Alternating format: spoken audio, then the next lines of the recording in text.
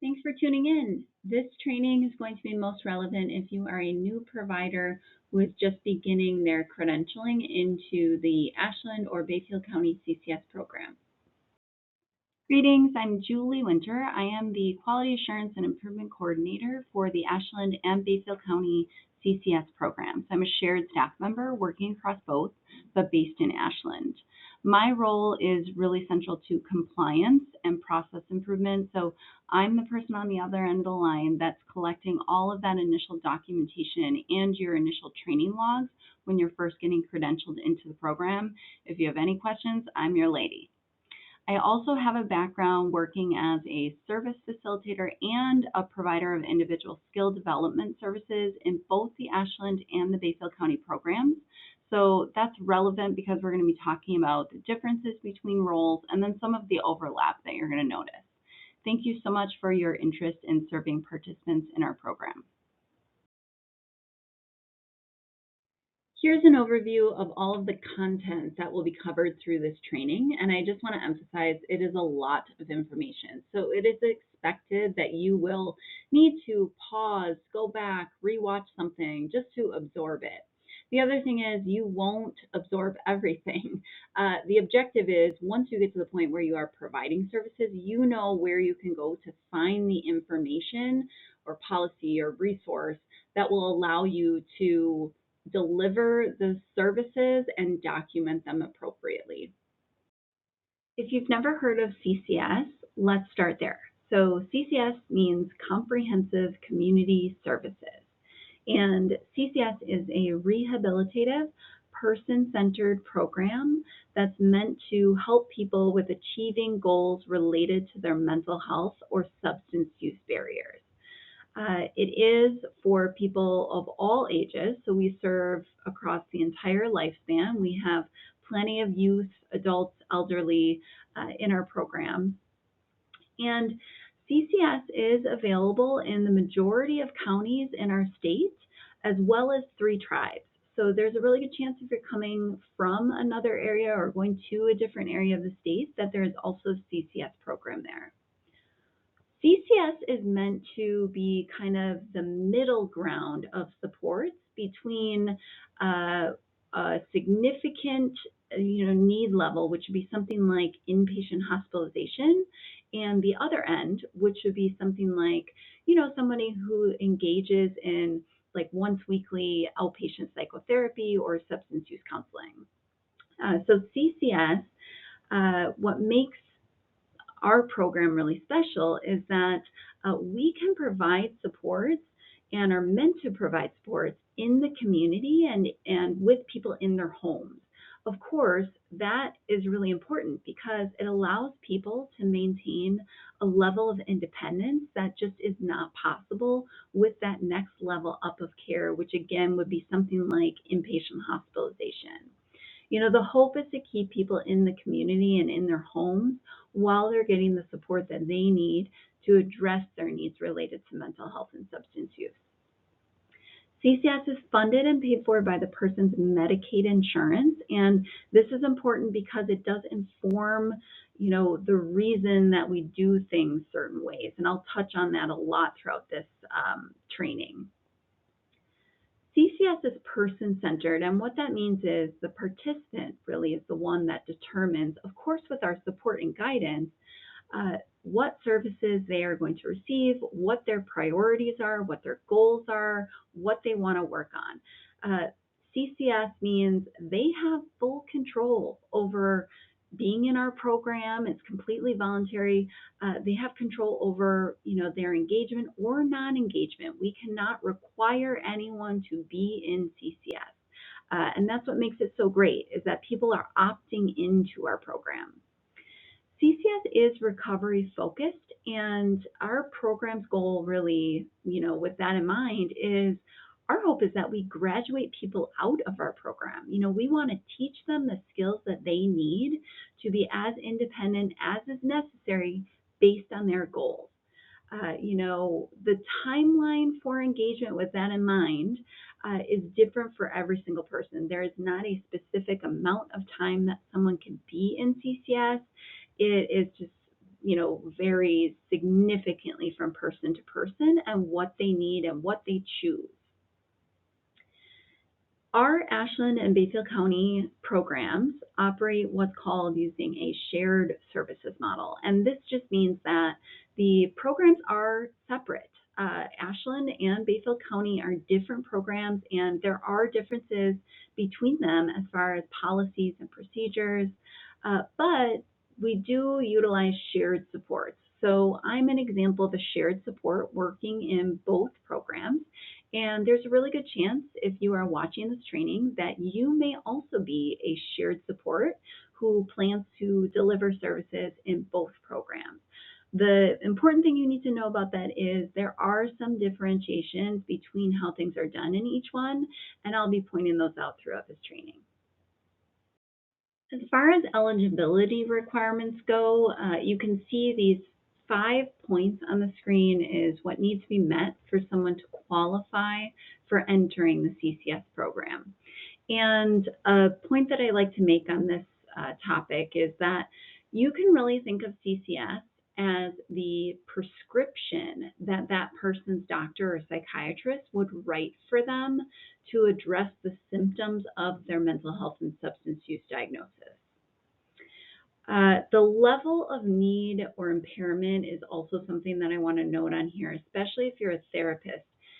Essentially, someone must require more than just outpatient psychotherapy to qualify for CCS. CCS is basically meant to serve the needs that are between that level and the highest level, again, which would be something like inpatient hospitalization. So that middle is where CCS is appropriate and can really be supportive. Also on the screen here, you're going to see this QR code. That will take you to our online referral for CCS. And feel free to pause and check that out if you want, although I'll be bringing that up a little bit later to kind of go through some details on that. The main thing here is that anyone can refer themselves or someone they know for CCS. And we would really encourage you and anyone else, if there's somebody that you know or yourself could benefit from these types of services, just submit the referral. We will take it from there. When I'm talking to people about what CCS is and what we do in CCS, usually one of the first questions that people ask is, okay, but what does that actually mean? Like, what kinds of supports can I actually get through this program? And this slide is just showing you some of the many examples of supports that someone might be able to receive through CCS in a little bit more layman's terms. This comes from our brochure, and these are just examples of what can be added to a service plan, but they definitely don't reflect what every single person is going to receive because, of course, that is completely based on the individual and their level of need, what their goals are, what they want to work on, all of those things. I also show this because I think it's helpful to remember that you are typically going to be one of several people who are working with that individual. So the benefit of CCS is that there is a team of people that is supporting that person. So some people, as you can imagine, might have big teams based on, again, what they want to receive and need to receive.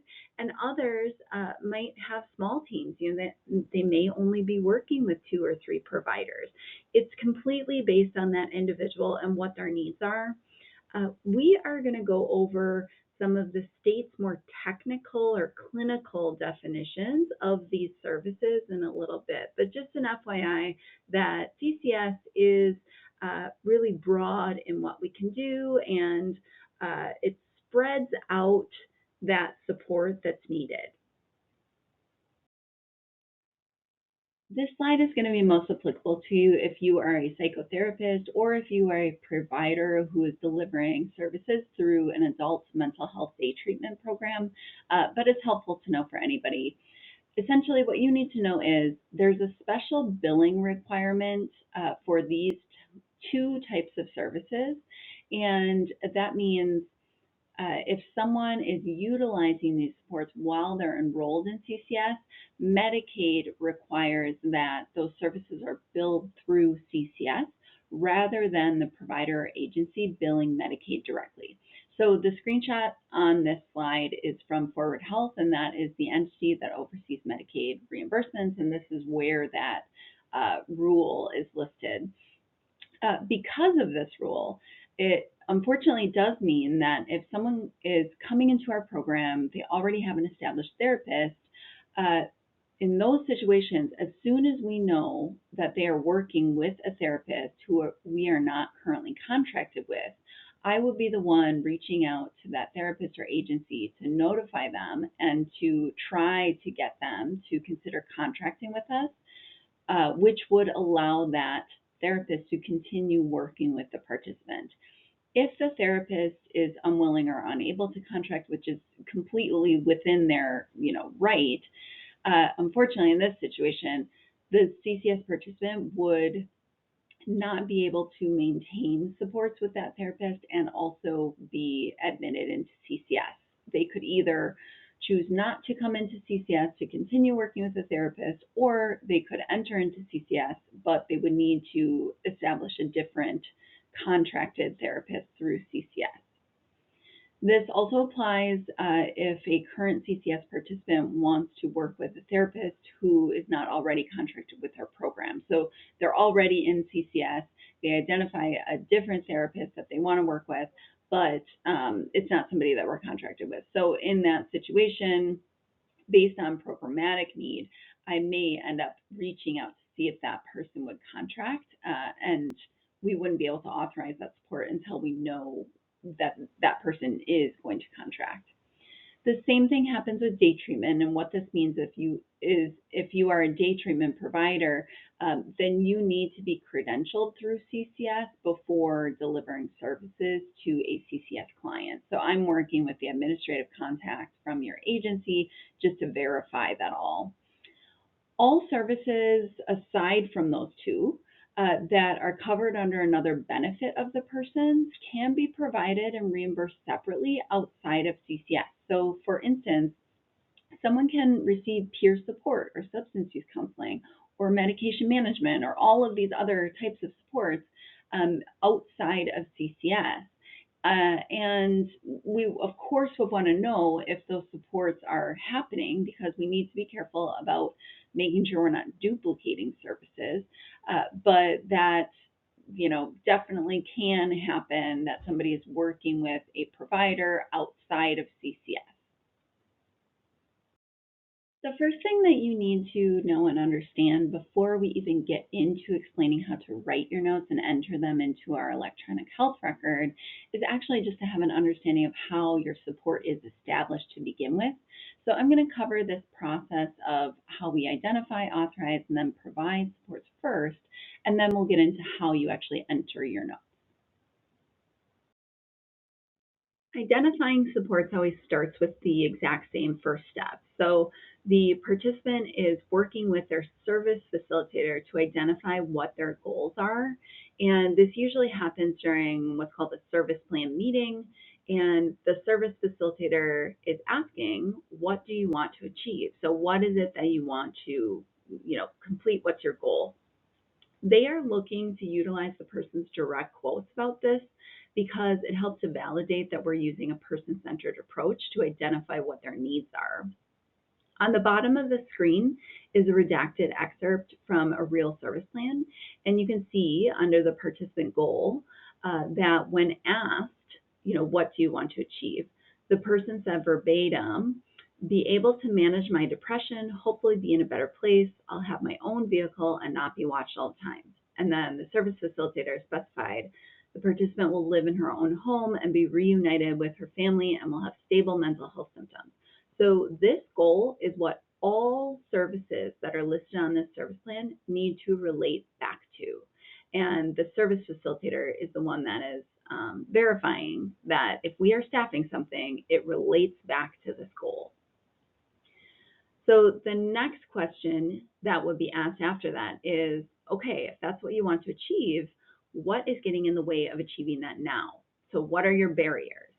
And this is extremely important because the barriers basically inform the kind of supports that are medically necessary that can be authorized through CCS.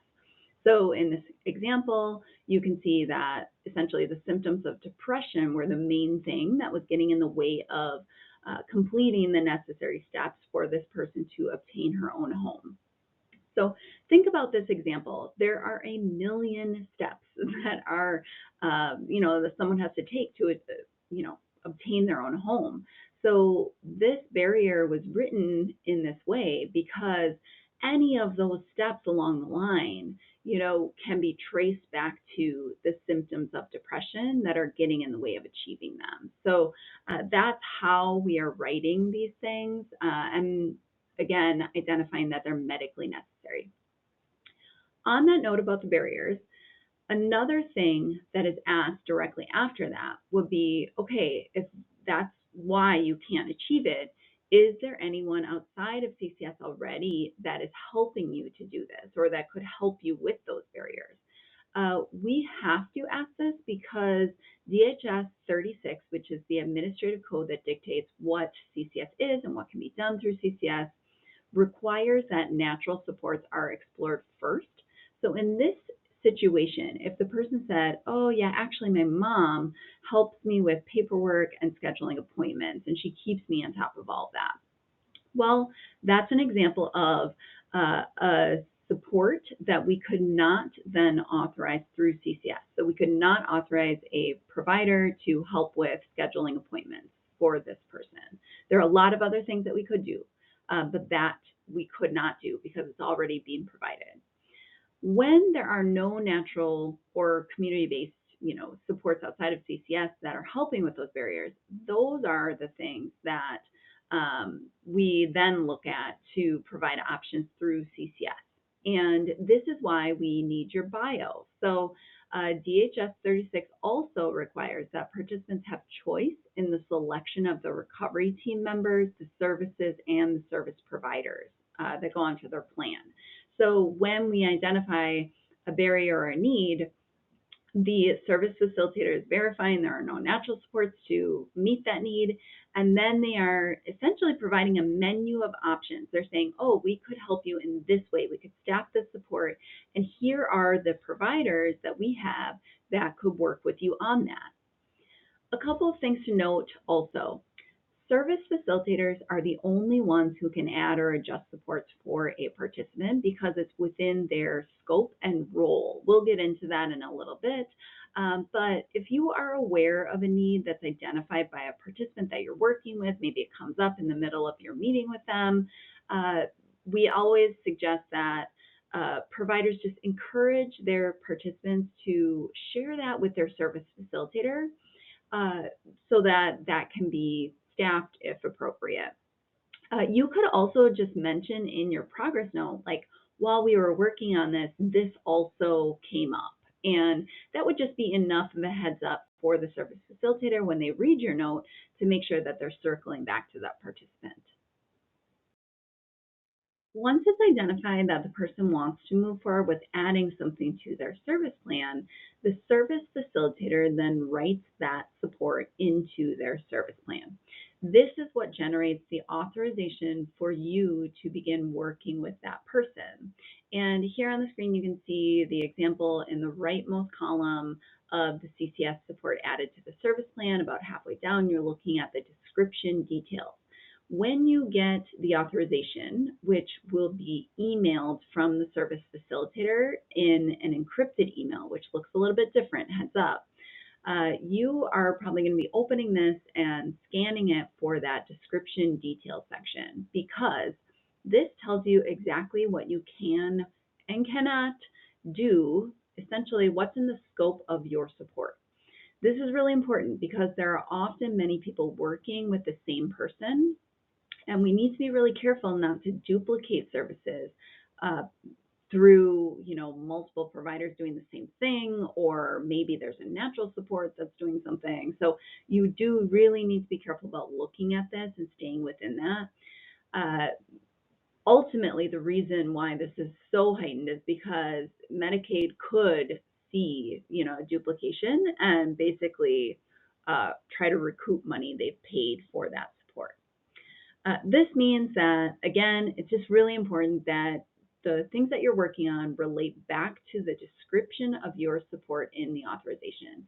I'll show you some more examples of how other authorizations are written coming up, but if you ever have questions after getting one, just ask the service facilitator. They'll direct you.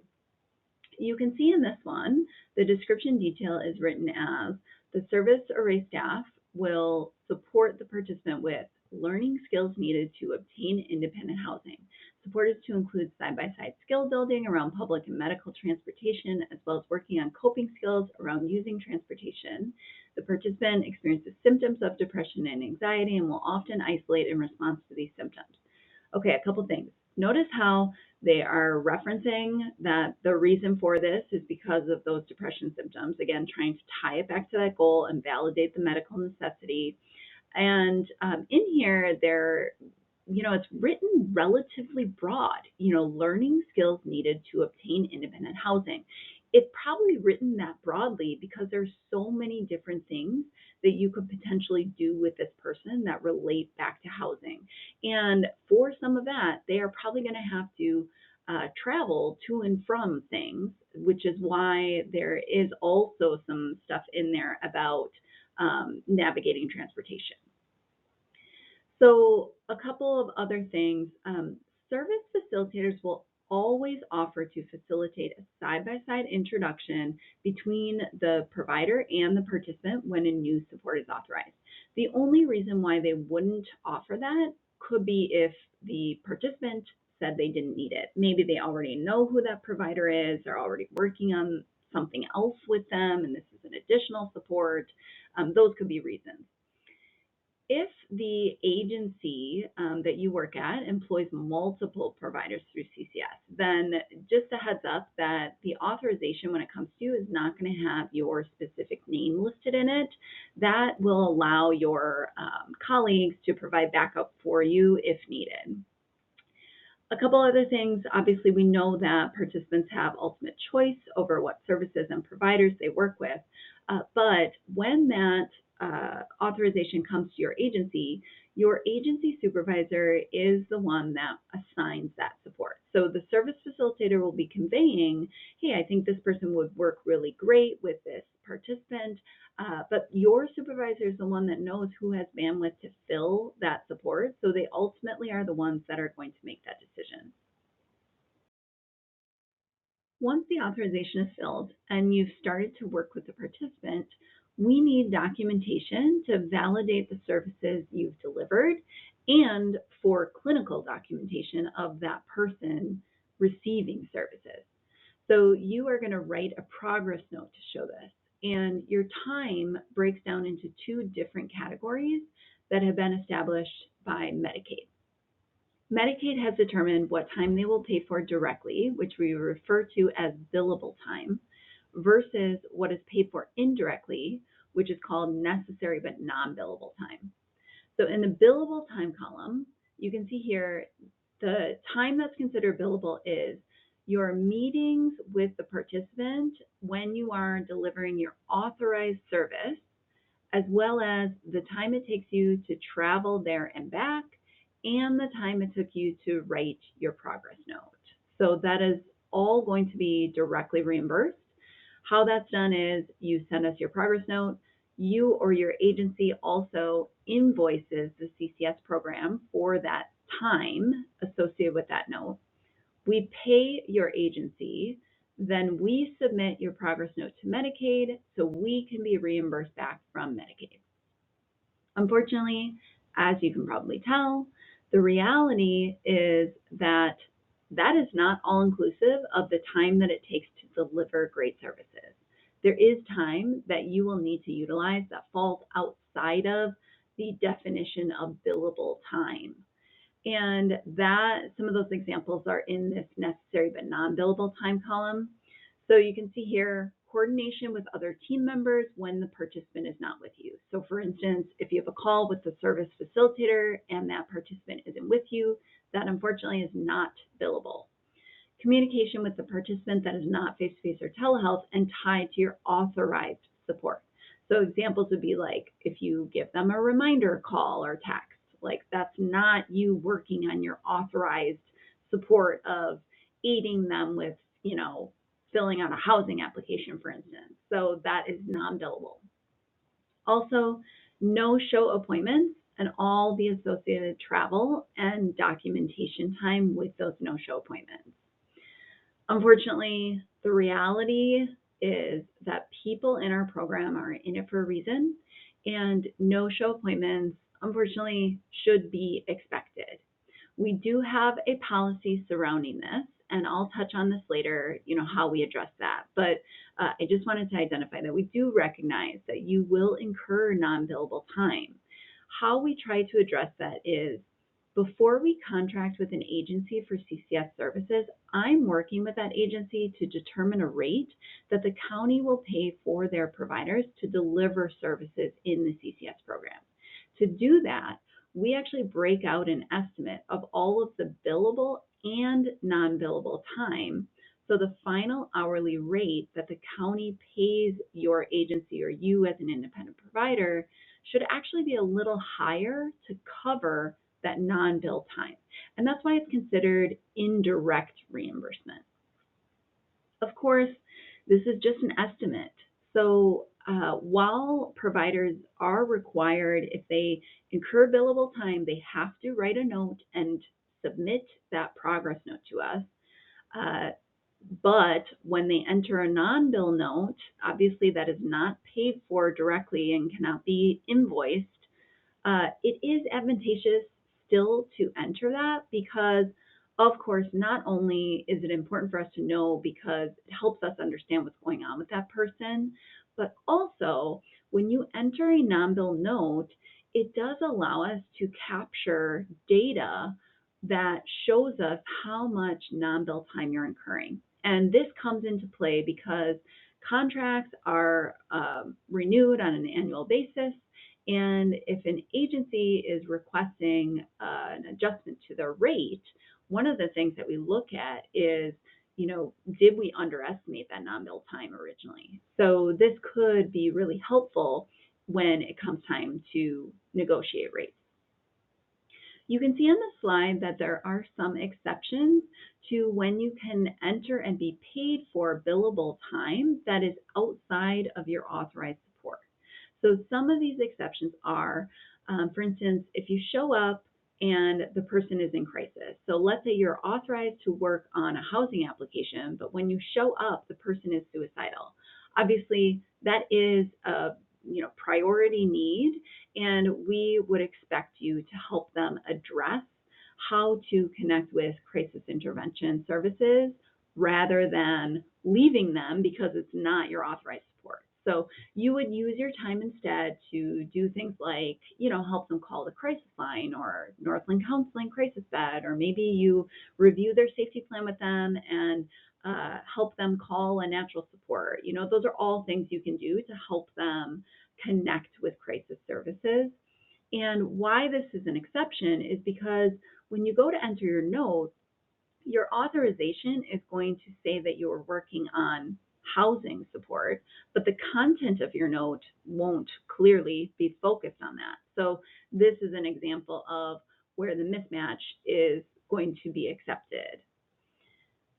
Another example is service plan meetings. So a participant has total choice over who can attend and engage in their service plan meetings. It does not have to be just that participant and their service facilitators. They could ask that you attend that meeting also. So if you attend that meeting, clearly when you go to write your note for that meeting, you wouldn't be, reflecting that you worked on your housing support, obviously. It would be you, providing feedback on their progress and things like that. So what you need to know is the service facilitator needs to give you a special selection that you will make that's called recovery planning. So when you go to enter your note, it's under the right category. And then another example is if you're providing backup supports for a coworker while they're out. So Clearly, you don't work with that person.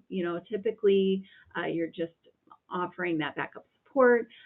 So you would be writing your note and under that other person's authorization, but identifying within the note that you are doing it because you are providing backup support.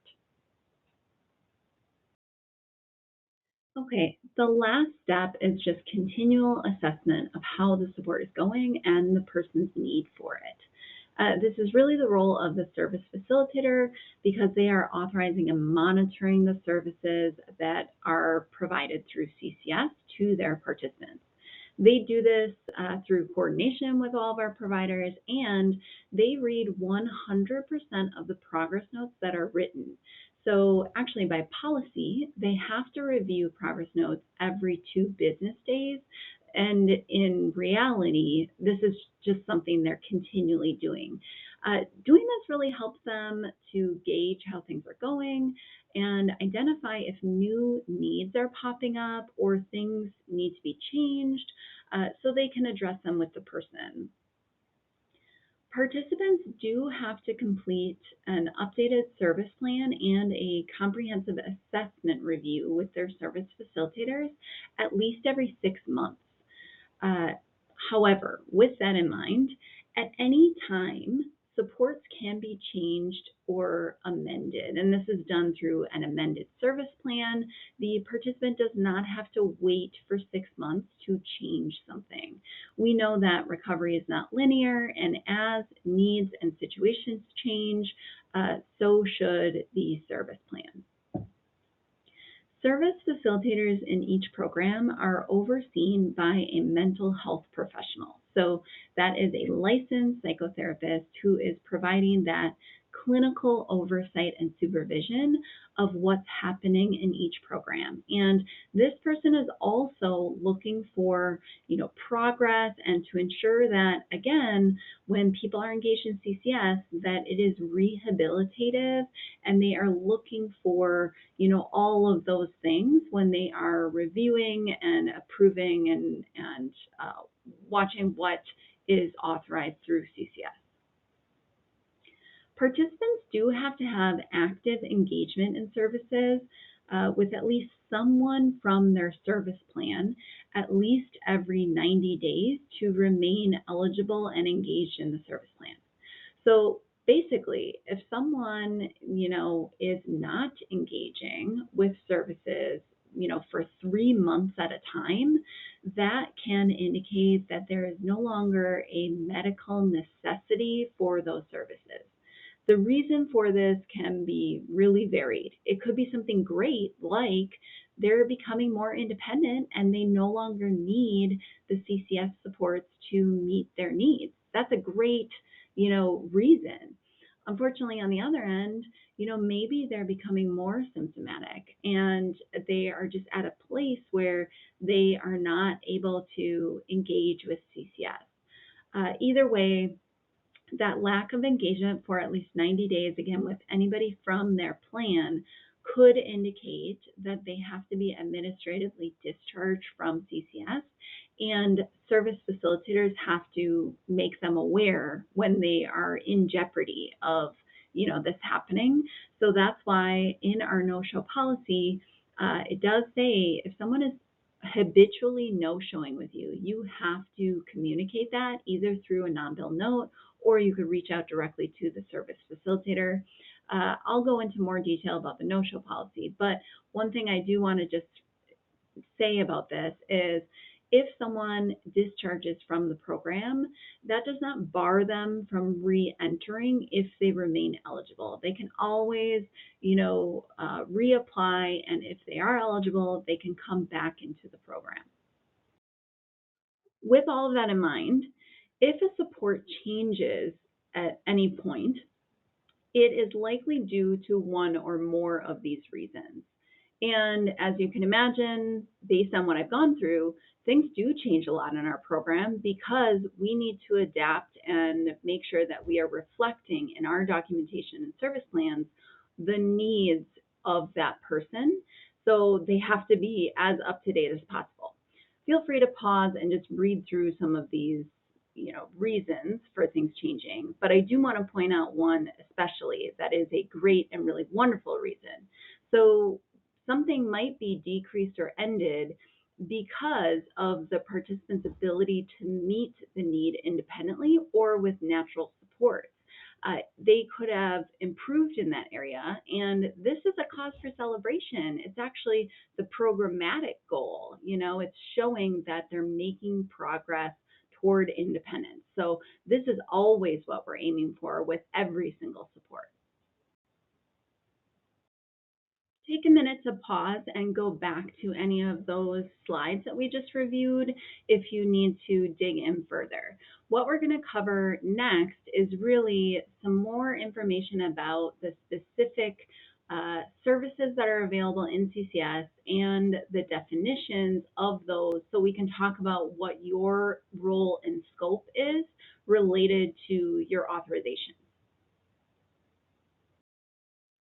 We're going to review different roles and supports that can be provided through CCS now. And to do that, I want to show you the technical definitions for many of these, which show us the scope of each role. All services that are provided through CCS are part of a list that's available on the Forward Health Online Handbook, which again, Forward Health is the entity that oversees the Medicaid payments. So you can think of these as definitions from Medicaid. The definitions for every allowable service that can be provided through CCS are in this list. So since everyone in the program receives service facilitation, I want to start there. You can think of the service facilitator role as the person who is trying to monitor the big picture through all of these things that are highlighted. So they are coordinating, they are monitoring, they are assessing supports that are delivered through the program. They not only authorize each individual support based on the needs of the person, they also are responsible for looking at how all of the supports that person is getting are working together to help them progress toward the goal they identified for themselves. The service facilitator is going to be using the information that you and other providers on that person's team are giving through your progress notes to assess what's going on with that person and to pinpoint any changing needs or progress that's being made, or maybe identify issues that are arising and need intervention. Service facilitators are the only ones who can authorize or change a support, again, based on that person's need and choice. So if you or a participant that you're working with have concerns about supports they're receiving or not receiving, you need to, or encourage them to, connect with the service facilitator to coordinate about that. So this next one is actually the most common type of support that we authorize through the Ashland and Bayfield County CCS programs, even more so than something like individual psychotherapy or substance use counseling. So individual skill development and enhancement actually is a side-by-side support for teaching someone the skills they need to help them progress toward their self-identified goals. In this definition, you can see some of the key words here, like problem solving, training, modeling, mentoring and cueing, daily living skills. These are all kind of helpful for getting your head around what this is. When I was providing this support, I always thought of my role as really being a teacher. My job was to teach someone how to do fill in the blank, whatever that kind of specific, area was. This is the support that I actually showed you a while back on that excerpt of our brochure, which is utilized and written in just a million different ways. You could get an authorization for ISDE for something like securing housing or managing appointments or developing coping skills to combat isolation, increasing community integration. There's just like so many different ways we do this. And that's actually one of the reasons why it's the most authorized support that we write into plans. On the right is an example of what a real ISDE authorization looks like, which is actually the one that I read off to you previously related to that help for obtaining independent housing.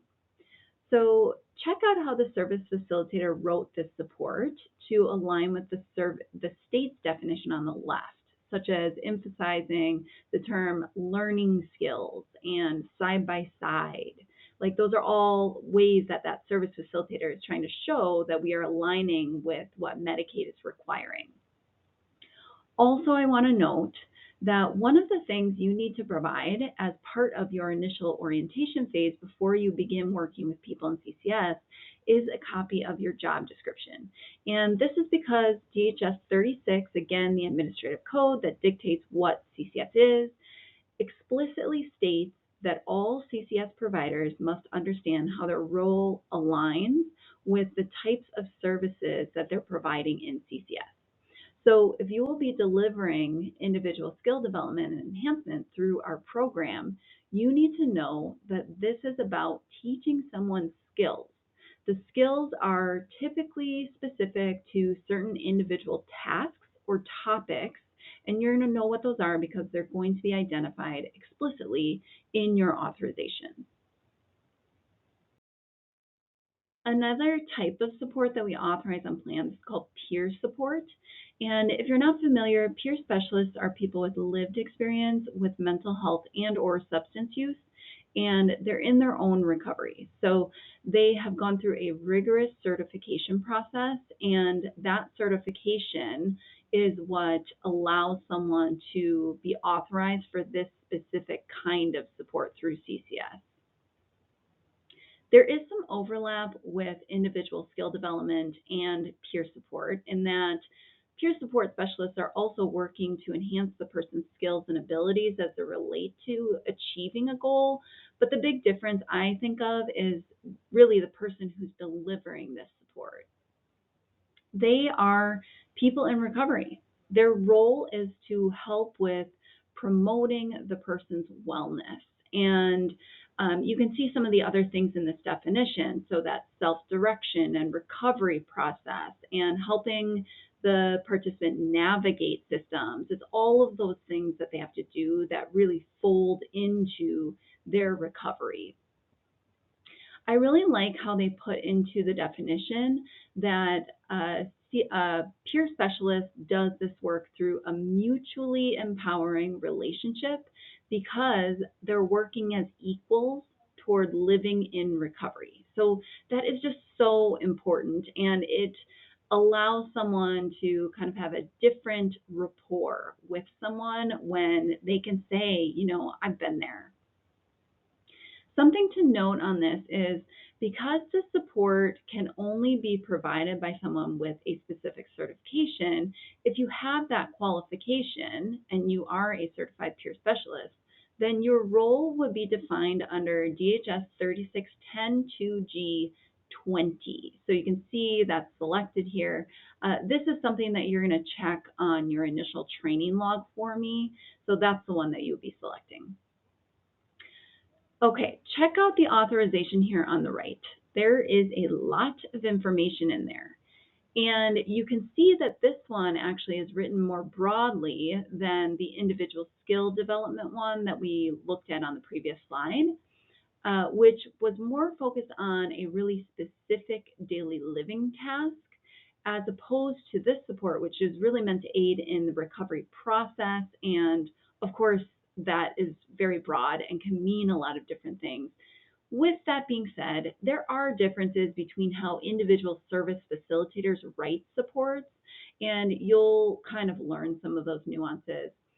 In this one, the service facilitator clearly wanted to give the peer specialist a lot of flexibility to address any number of needs that align to that person's recovery process, and giving the person filling the authorization a lot of bandwidth. It's possible it may not have been written so broadly if this person had, for instance, like a bigger team they were working with and they wanted to compartmentalize and focus on certain things with different providers for whatever reason. And we do find that sometimes. So that can also inform how an authorization is written. Individual or family psychoeducation is a special kind of authorization because While this can be authorized to work with the participant, of course, the individual, this one is actually also possible to authorize, mainly for working with the natural supports of that person who's enrolled in our program. And the best example of this is how we most often authorize it, which is to get our providers working really closely with parents or guardians of children who are in the program, or for instance, a significant other that they're meeting with them together. Those types of things are the kind of great part about this kind of authorization that is really different from what can be done in other programs and even other, clearly supports, as I've explained. So you can see here in the state's definition that individual and or family psychoeducation is about educating and problem solving to help a person or their natural supports better understand their experience, really linked to how symptoms present and effective ways of addressing those. So remember that because of that, this is different from some of those other authorizations, like the individual skill development and enhancement, which really is about those daily living like tasks, those really specific things. In this authorization, it's more about helping someone build healthy coping skills and, understanding related to symptoms associated with the diagnosis. The authorization on the right is actually a good example of this. This example shows it was authorized with a therapist, but that level of qualification for the provider delivering this isn't required. So very often we authorize this with providers who end up going in the home to deliver this in real time. And you can see in this example, the authorization was written, which is pretty common, that it was meant to address things like, helping to build family dynamics and systems of change, and to aid in behavior interventions and mood stabilization for the participant, and to help with identifying age-appropriate interventions. Like, those are all great, like, descriptive ways that show how this support, is meant to aid that person and their family. And again, often a provider doing psychoeducation will actually deliver this support in the home. So it's really common, again, if we authorize it with, the family member of a child in the program, that providers going in the home, they are certainly working with that child to develop the rapport, but they are also working really closely with that parent or guardian to help them really name and identify when things are coming up, and then in the moment actually be able to intervene and address those behaviors in real time and kind of help them build that toolbox. Psychotherapy can only be provided by a trained and licensed provider at a master's level or above.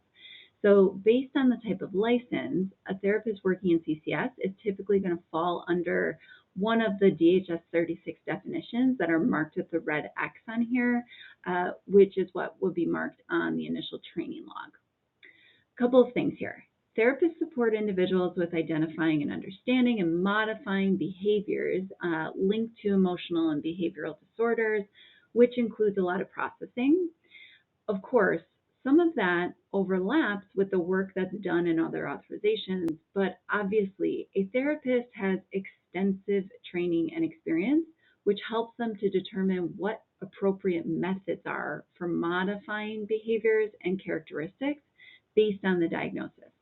So because of that, providers working with a participant on other supports like individual skill development or peer support or psychoeducation need to make sure that they're staying focused on really the modeling and the teaching related to kind of those specific areas and skills that their authorization is written to. And if anything comes up while working with a participant that really is falling more into this area of what's described here for psychotherapy, it's extremely important that that provider is referring the participant back to the psychotherapist or to the service facilitator to try to establish a therapist. It is essential that providers who are delivering psychotherapy and working on things that fall into the category of psychotherapy are qualified. We authorize psychotherapy in two different ways. The most typical is individual therapy, which is the example that you're seeing on here. We also do authorize some group therapy, typically with our DHS 35 clinics, but sometimes that will be, something that's explored with a therapist. All right, we've talked a lot about services that can be provided through CCS, which includes more than just those couple of examples that I walked through on the previous slides. But now we're going to shift into the other side. So Medicaid is also really explicit about what cannot be delivered through CCS. And I'm going to walk through a couple of these so that you as a provider know what is absolutely off limits.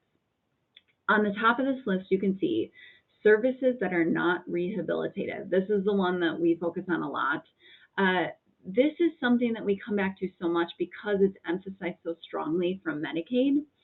And it's also why it's important to continually assess, monitor, and very importantly, document the participants' progress. Because if we're demonstrating their progress, then we're also demonstrating that the service is rehabilitative and therefore is reimbursable. This is also why staff have to deliver supports in person, side by side, or directly in real time via telehealth with the person, basically because that's the best way to learn. Like, you can't teach someone how to gain a skill without working with them directly on it. And this is why time spent with someone is billable if it's related to your authorized support. But if you are coordinating about that support with somebody else and the person isn't with you, it's not billable. Whenever possible, you should be working with them. Again, because it's just the best way to learn. And I would always encourage people to remember the phrase, nothing about me without me. Just keep that in mind. Think about like this example. So like you're authorized to help somebody secure independent housing, and what you're planning on working with them on that day is to print out their housing application and drop it off at Section 8. However, their computer has other ideas and it has a fit and won't print anything. Well, it might be really easy for you to say, oh, don't worry about it. I'll just print it off at the office and I'll drop it off at Section 8 on my way back home. Like, yeah, that might be quicker, but what is the person learning if they're not actually going through the motions of doing that all? Basically, the answer is they're not. So what you are taking away from someone if you are not doing all of those minute steps with them is that chance to really see in real time, like how somebody else problem solves. Like, how do you kind of respond if the computer has a fit? Like, how do you navigate that situation? And in this example, what would be absolutely appropriate would be, hey, no problem. Like, let's think about the options we have here. Like, let's go to the library instead and print it off, and then, take the bus to go drop it off at Section 8. Like, that would absolutely still be billable, and it gives that person the experience of, kind of working through some of those roadblocks, which is so important. A couple of other things here. If we find that someone in our program is not showing signs of progress or rehabilitation, it can actually indicate that they might be more appropriate for a different kind of program, something like long-term care, and CCS might not be the best fit for them. So in those types of programs like long-term care support, they don't have the same kind of rehabilitative requirements. So a provider would actually be able to do more for the person rather than the emphasis of, with them and teaching them so that that person does it independently someday. And how we deal with this is really through the service facilitator. They would be kind of monitoring that and facilitating a planful discharge from CCS and, warm handoff and referral to whatever that other program is.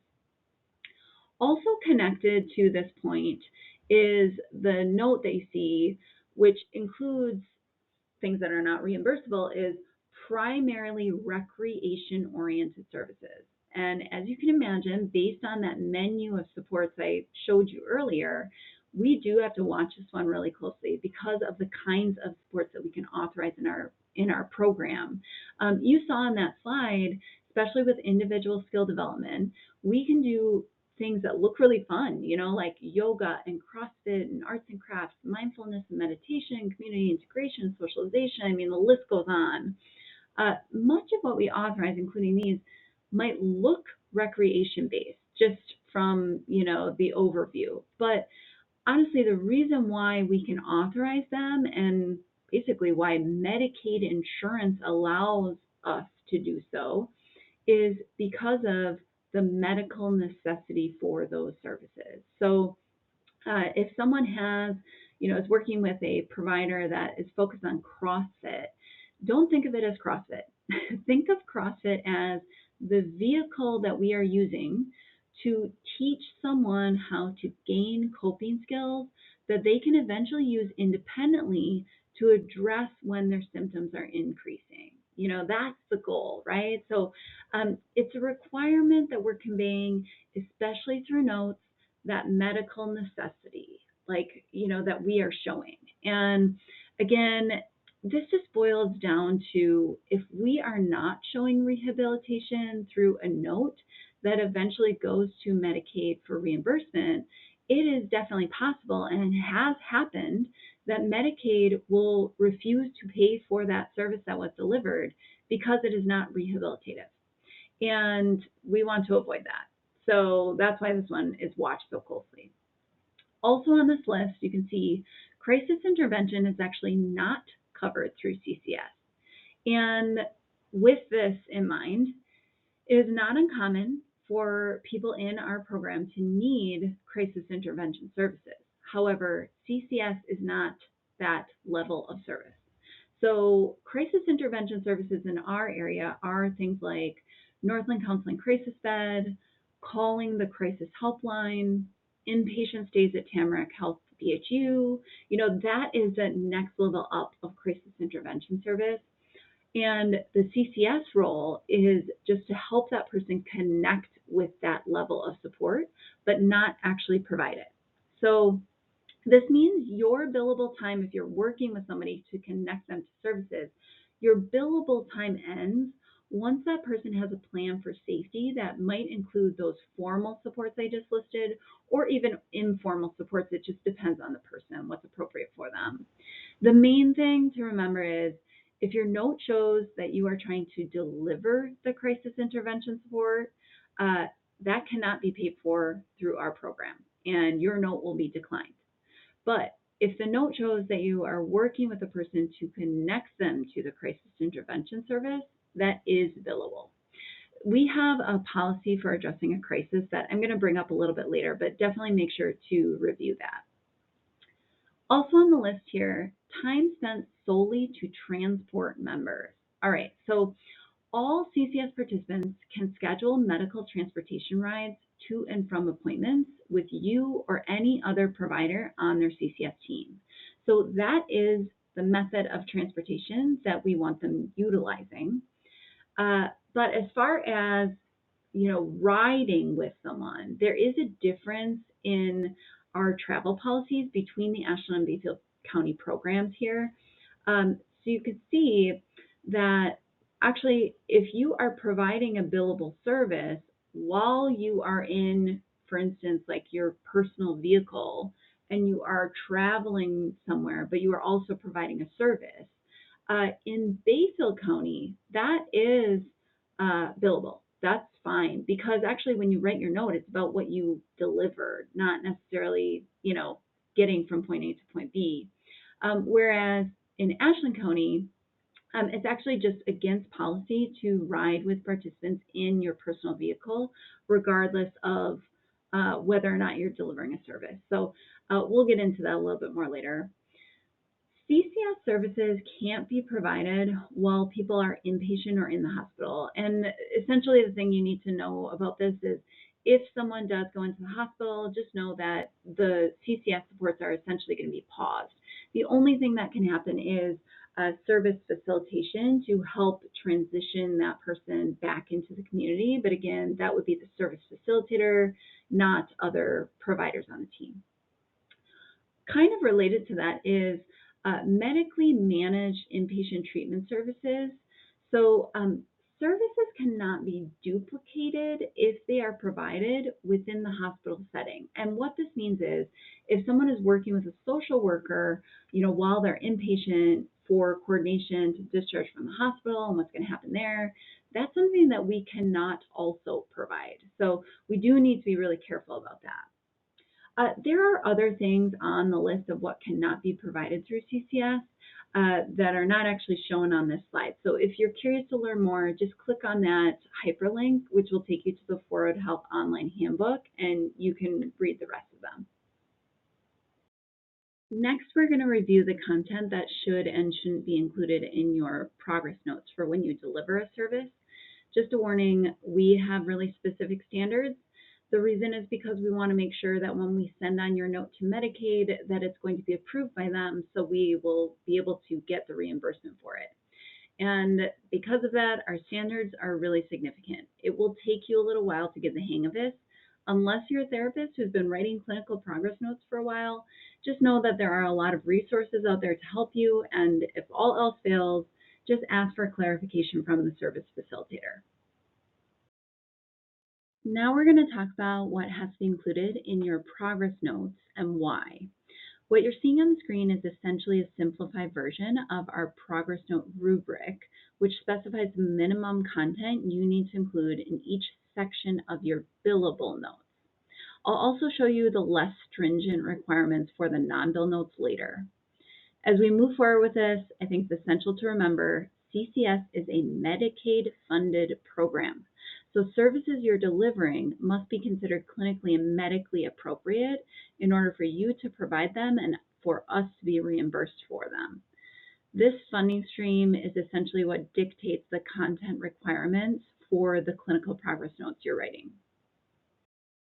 If you've never written a clinical progress note before, it might seem like a lot of information to include, and I just want to validate that it is. That's what a clinical progress note is. Think about it. If an auditor comes in and reads one page of an entire clinical chart, they should really be able to get a snapshot of what is happening with that person. So knowing why we're asking you to include all this information might be helpful. Essentially, there are two primary sources that we have used to determine the requirements for these notes. The top screenshot here is a page taken from the Forward Health Online Handbook, which again is the entity that oversees the Medicaid payments. And the bottom one is from DHS 36, which is the administrative code surrounding CCS. You can see here, both of these sources specify that a progress note must assess the person's quality of functioning. And to make sure that we're meeting that requirement in every single note, we developed the minimum standard for all providers, including two pieces of information tied to that. Basically, you need to choose which of the 2 of 4 observations make sense for you to include in the note. You can see them up here on the top in the assessment and activity section. We require that information be based on observations rather than opinions so that it can be considered that measurable data that Forward Health is asking for. I'm going to read through some examples for you in upcoming slides just to give you a sense of what that looks like.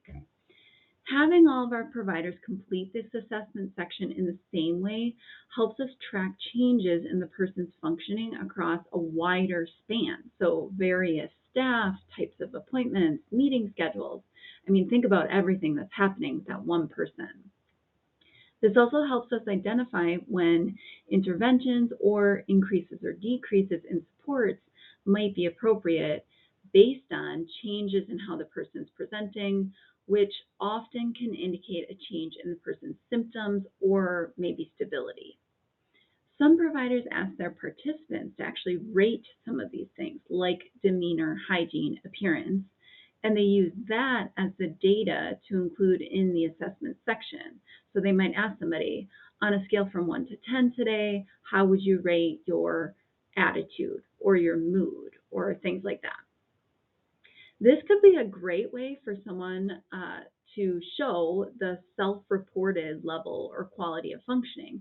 But keep in mind that the provider should also be identifying if that report differs at all from that provider's observations of what they're assessing. We also require providers to include reference in this section to what they are working on. Essentially, stating this from the get-go makes it easier for the service facilitator or, again, an auditor looking at this note who doesn't have other context to see that clearly the person who is working on this support is tying it to their authorization. And, honestly, this can be met in one sentence. Think about it. If you're authorized to support someone with securing independent housing, you could meet this requirement by just saying, met with Joe today to start filling out a housing application. Well, there you go. That point 1 under the assessment activity is met. And then you would go on to address at least 2 of those 4 observations in that section, and then that's what you need to include there. The next section that you have to complete as part of your note is the reaction and response. And just a heads up that the requirements of what you have to include in this section are, as always, informed by the requirements outlined from DHS 36 and Medicaid, which are underlined in red here. So you can see a couple of these things. Accomplishment of the treatment goals. That's why we're asking you to outline the progress. Overall understanding of the person's ongoing level and quality of functioning. That's why we want to know how they responded to the work you were doing. And even right in here, evidence of the progress they're making, including their response to your services. So those are taken directly from the state. So you can see here in this section, we have 2 points that need to be addressed. Progress made and their response to your support. So for the progress made, that once again can be addressed really succinctly. So you could include something like, the participant said, wow, I feel like I got so much done today. Whenever you can include direct quotes, that's great because it indicates also kind of their attitude and things like that. So that's a good example of showing progress made. Another way to do that would be to say something like, we completed the application today. Also keep in mind, recovery is not linear. So you're not always going to make progress. And it's important to document when progress is lost. So you might say something like, we were unable to complete the application today. Just remember with that CCS is meant to be rehabilitative. We want to show that this approach is working in that, overall, right, we're showing these mini kind of steps forward. And when you're learning something, you don't always take a step forward. You have to take some steps back to learn. So it's not the end of the world if progress isn't made. We just need to document it and show how we are addressing that. So that's kind of where the next point comes in, how the participant responded to at least one of these bullet points that are on the list here. You get to choose which of those you are addressing based on what happened during your meeting. So once again, an example that you might write into your note, of progress was, we were unable to complete the application today. So that would be indicating progress lost. And then on point 2, you could say something like, due to Joe needing significant redirection to stay on task today, which is out of character for him. So that's an example of you showing a challenge that was faced in the meeting. You could even go on further, and you should go on further, to give more context. So you could say something like, Joe was concerned about how his prior convictions would impact the likelihood of landlords accepting him as a tenant. We spent time talking about this and reviewing some state laws related to it as a way to address his concerns so we can move forward. I also encouraged him to process these concerns with his therapist during their meeting later this week. So that additional context is actually touching on that second point from the bottom. So techniques that you used to aid that person. right? So like the techniques that this person used were, addressing those concerns head on, showing them how to kind of problem solve and get that information. And this is actually a really good example. That example is a really good example of this tip that I always kept in mind when I was delivering the support. So, nothing about me without me. Think about it. If you are showing them how to problem solve, to persist through challenges that come up and roadblocks, you are also helping them understand and kind of forge a path forward of how they can do it independently one day. So, that also kind of relates to the idea of gradual release, which is a teaching kind of principle. So gradual release says, you start out kind of modeling and mentoring and you really showing them. And then gradually, you are giving them more of that. So you are giving them more responsibility to take on, to, show kind of how to work through something. And eventually, ending in them, doing it completely and you watching them. So that gradual release method is a really good one to keep in mind, and it's helpful when you're thinking about how to reflect, the progress that they made or lost and why, the challenges, successes, questions, interactions, prompts, all of those things that went into either that progress made or lost. The plan is outlining what happens after your meeting is complete. And you can see here you have 3 things you need to touch on in this section. And of course, those are informed by the state's requirements that are underlined here in red. So you can see they're defining that progress notes reflect the treatments administered and the service delivery information, which is why you need to include all the details about when you'll be meeting with them next and what you're going to be working on.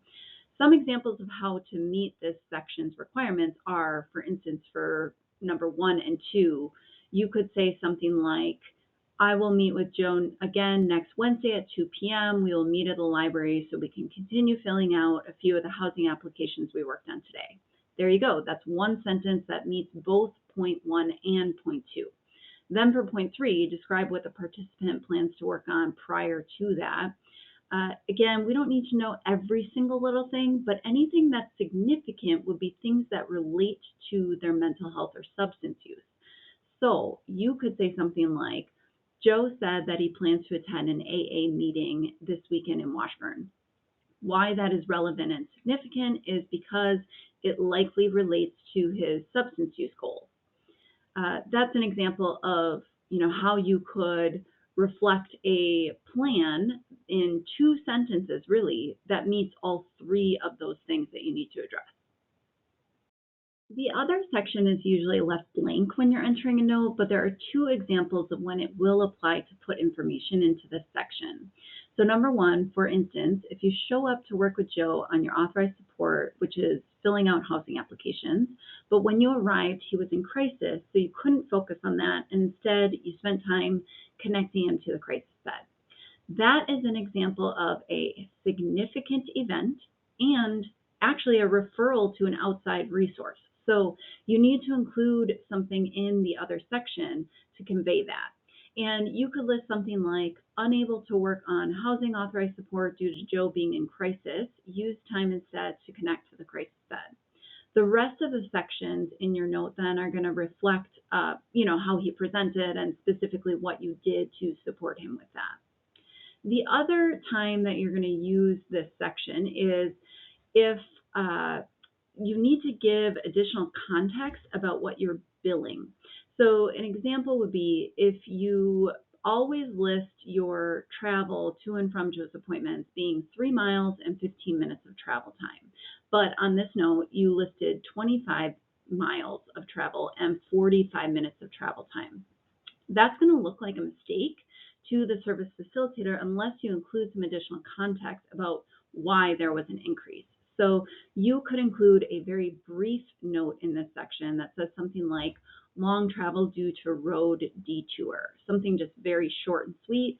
Remember, this is about the billing, not you personally. So on this, keep in mind anything you write in a clinical note becomes part of that person's official medical record.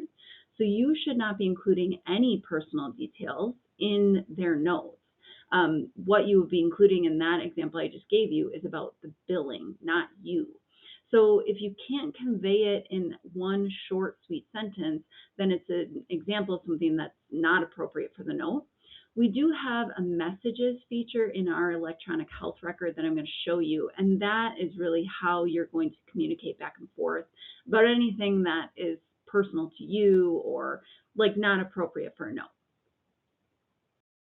The last section in your progress note is the life areas, and you are going to be presented with this list of options that you have to choose from. So you're selecting topic areas that are relevant to your authorized support and the services you delivered, as well as any topic areas that were addressed during the meeting that you completed with the person. You need to select at least one, but oftentimes there will be more than one selected. This does help us ensure that we're providing documentation of how our services relate to the person's need, and it also helps the service facilitator identify potential changes in the person's condition or maybe the services that they need. Okay, next we're going to watch a short scene, and we're going to imagine that I am there to provide individual skill development services to George. And after the scene, I'm going to show you how I would write my note for the services that I delivered, so you can see how I would fit all of that required content into the note. For context, the support that I'm authorized to provide is over here on the left, and it reads, Service Array staff will support George with learning skills needed to obtain independent housing. Support is to include thought processing and side-by-side utilization of healthy coping skills to avoid isolating and lack of follow-through in response to depression and anxiety symptoms. So you can tell there's several things in there. So that's giving me my scope and kind of what I can work on with him. So keep that in mind while we're watching this scene. Every decision I've ever made in my entire life has been wrong. My life is the complete opposite of everything I want it to be. Every instinct I have in every aspect of life, be it something to wear, something to eat, there's nothing wrong. Everywhere. Tuna on toast, coleslaw, cup of coffee. Yeah. No, wait a minute. I always have tuna on toast.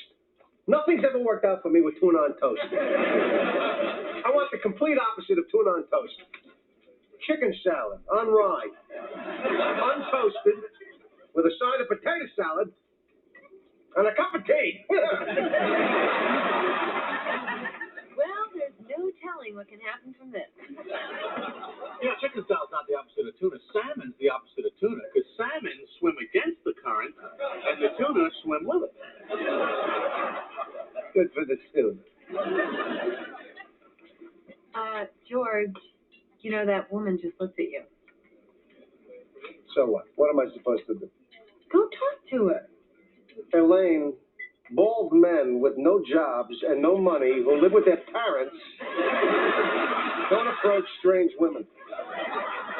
Well, here's your chance to try the opposite. Instead of tuna salad and being intimidated by women, chicken salad and going right up to them. Yeah, I should do the opposite. I shouldn't. If every instinct you have is wrong, then the opposite would have to be right. Yes, I will do the opposite. I used to sit here and do nothing and regret it for the rest of the day. So now I will do the opposite and I will do something.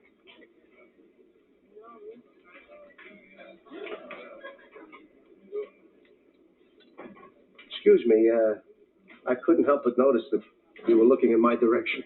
Oh, yes, I was. You just ordered these same exact lunch as me. My name is George. I'm unemployed and I live with my parents. I'm Victoria. Hi.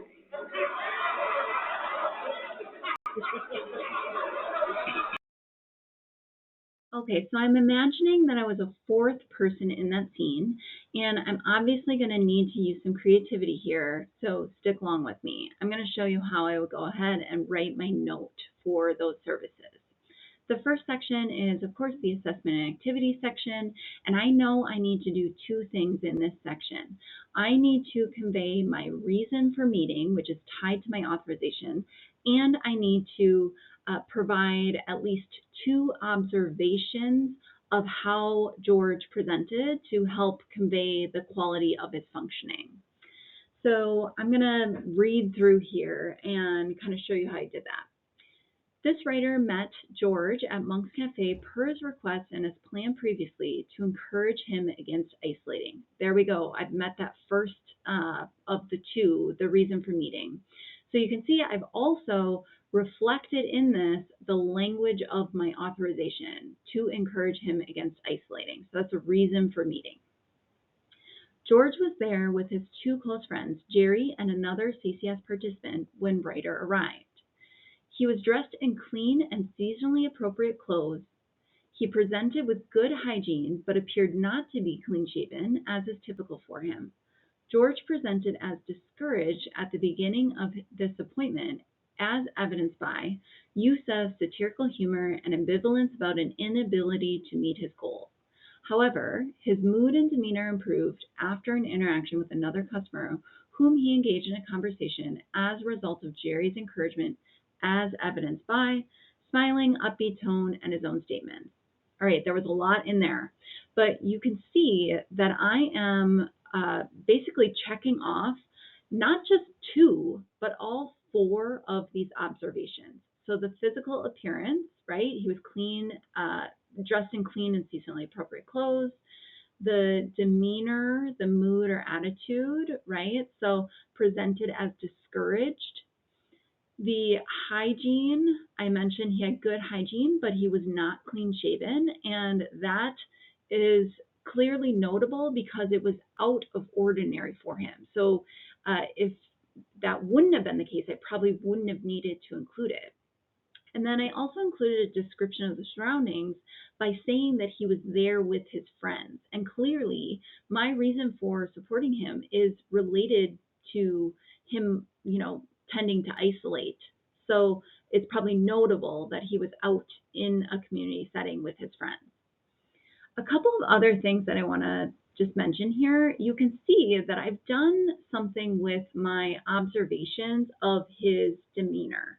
So I am taking those from just my own opinion, what I think, I think he's discouraged, into an actual observation of what, was observed by citing evidence. And this is a trick that I used when I was writing notes all the time, because at any point, a participant can request a copy of their medical record, and that includes their progress notes. So you should keep in mind that there is a potential that they will read these notes.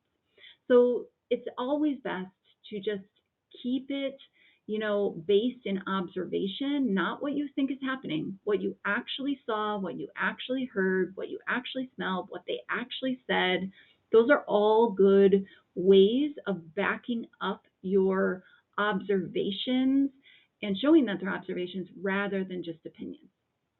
The other thing I want to say here is you'll notice that I said George was there with his two close friends, Jerry and another CCS participant. So clearly I've chosen not to name Elaine. And the reason why is because obviously Elaine is in the program.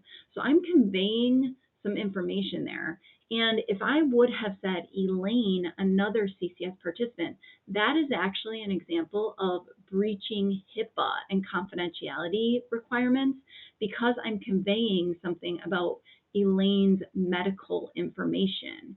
So to avoid that, I can do it exactly how I've listed it here, another CCS participant, or I could just say Jerry and Elaine and not mention anything about her being in CCS.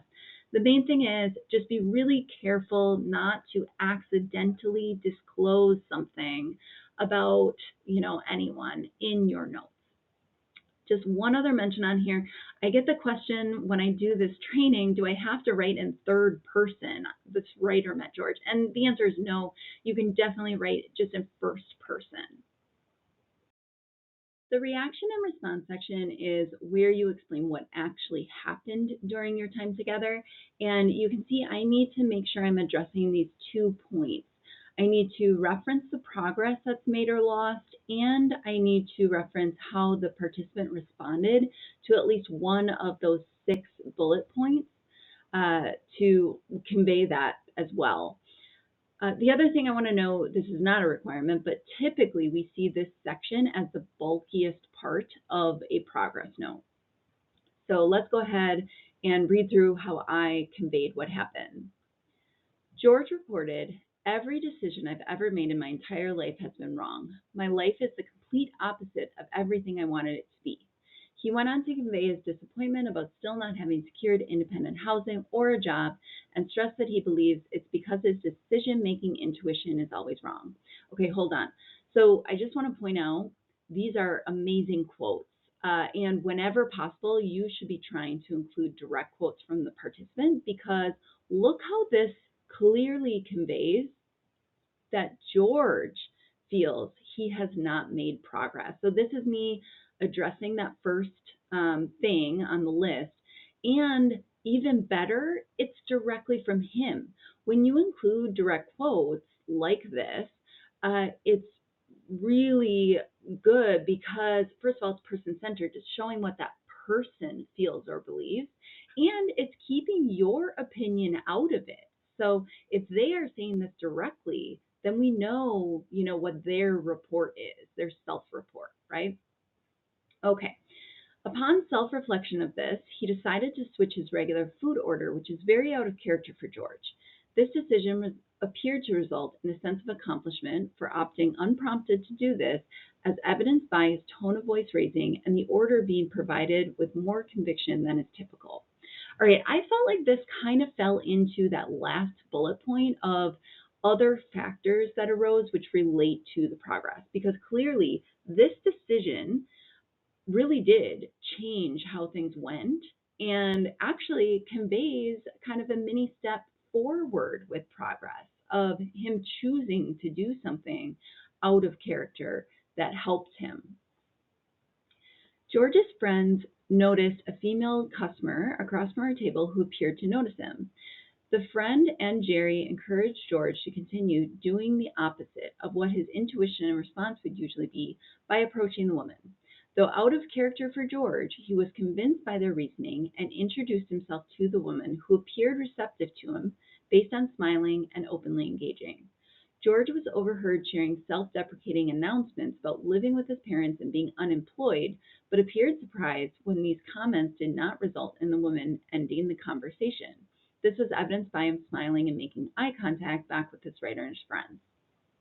All right, this is an example of meeting that bullet point of interactions with other people.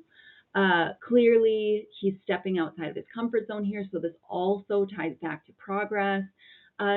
There are other things too that indicate interactions with other people. He has a tendency to isolate, according to my authorization. And so that's probably the reason why we're meeting in a public space with his friends. But this clearly checks that off and shows, again, progress made. Okay, so clearly the clip shut off there, so I have to use my imagination for how I would continue. And I want to show you how I would kind of circle back to my authorization. George exchanged contact information with the woman who returned back to this writer and his friends with a very improved mood, as evidenced by excited tone and statements such as, "I can't believe that just happened." This writer and George's friends congratulated him and facilitated his thought, processing, and reflection, notice that's language from my authorization, about his improved outlook and self-confidence he was displaying as a result of taking a risk he would normally avoid.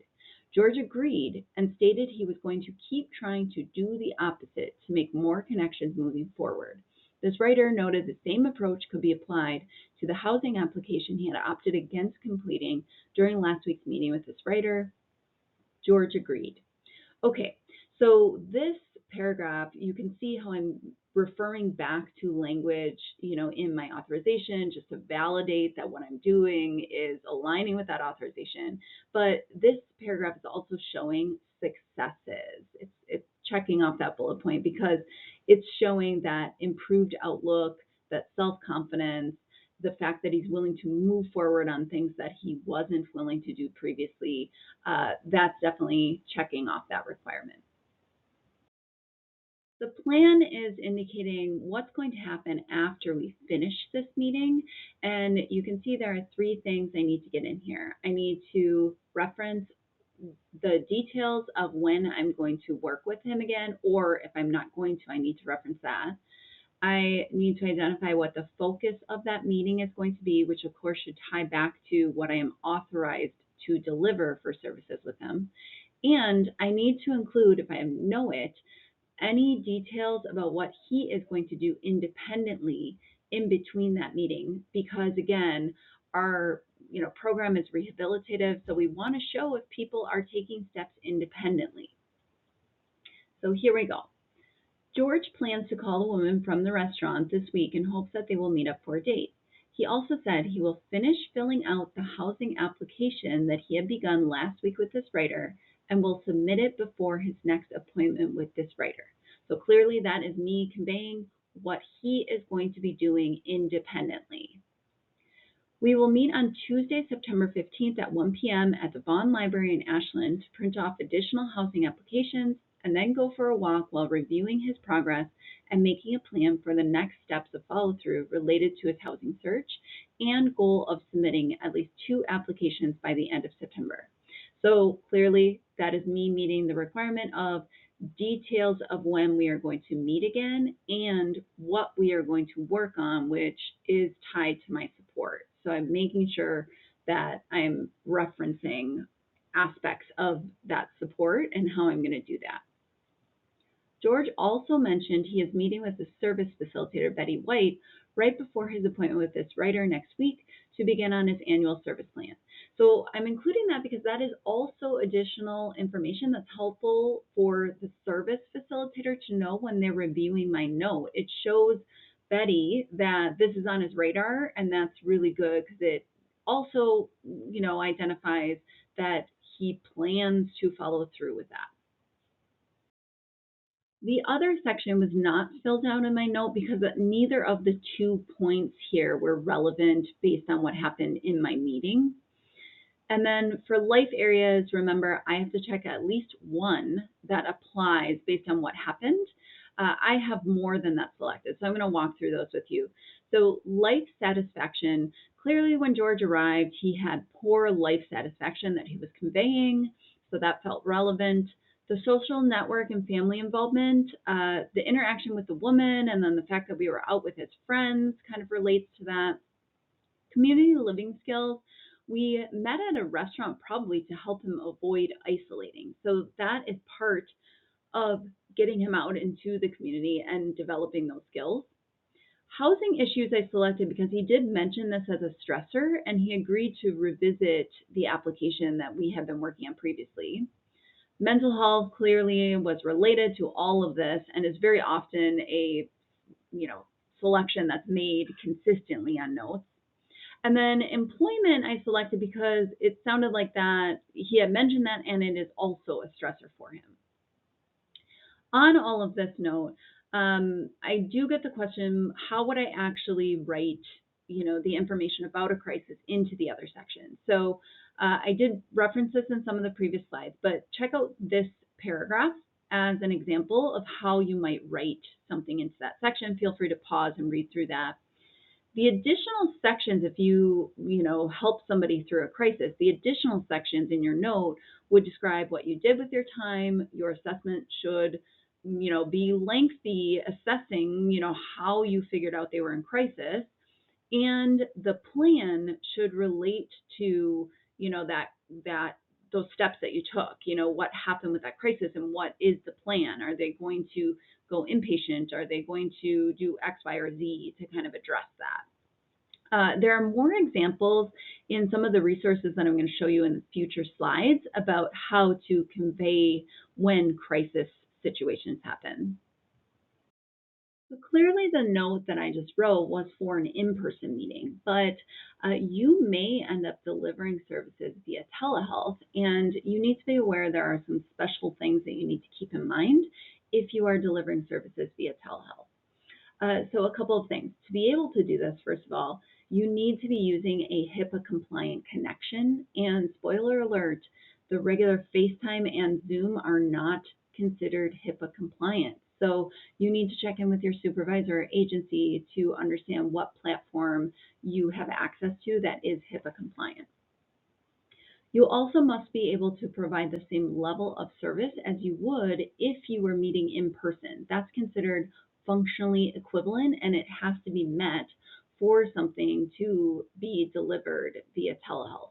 An example of functionally equivalent is, for instance, if you are authorized to work with someone on securing housing and your plan for that day is to help them fill out a Section 8 application, but the weather is horrible and it's not safe for you or that person to drive into town to meet for doing this together in real time and in person. That's an example of you could definitely meet via telehealth and help them walk through and fill out that form. That's functionally equivalent, so that is no problem to switch that meeting as long as they're okay with it to telehealth. An example of when something wouldn't be functionally equivalent is really based on your authorization. So, like if your authorization is to work with someone on securing basic needs and your plan for that day is to help them go to the brick and pick up food. Well, clearly that is something that you cannot do in a functionally equivalent way if you were connecting via telehealth. So that's something that could not be switched. Also on this, section, a participant cannot be required to receive CCS services via telehealth. That's actually in DHS 36. And we do have several people in our program that are not comfortable with technology. So this is something that they might not ever be open to. What is considered telehealth versus what is not is really defined by Medicaid.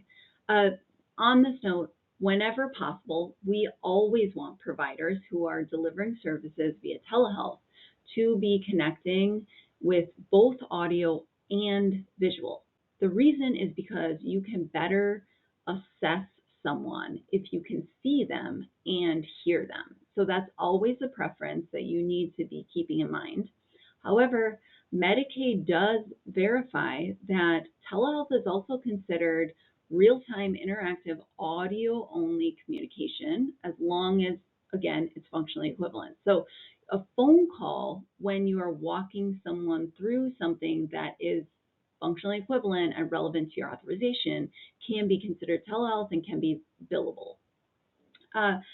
On the other side of that, uh, things that are not considered telehealth would be communication between you and the participant that consists solely of, for instance, only email, only text, only fax.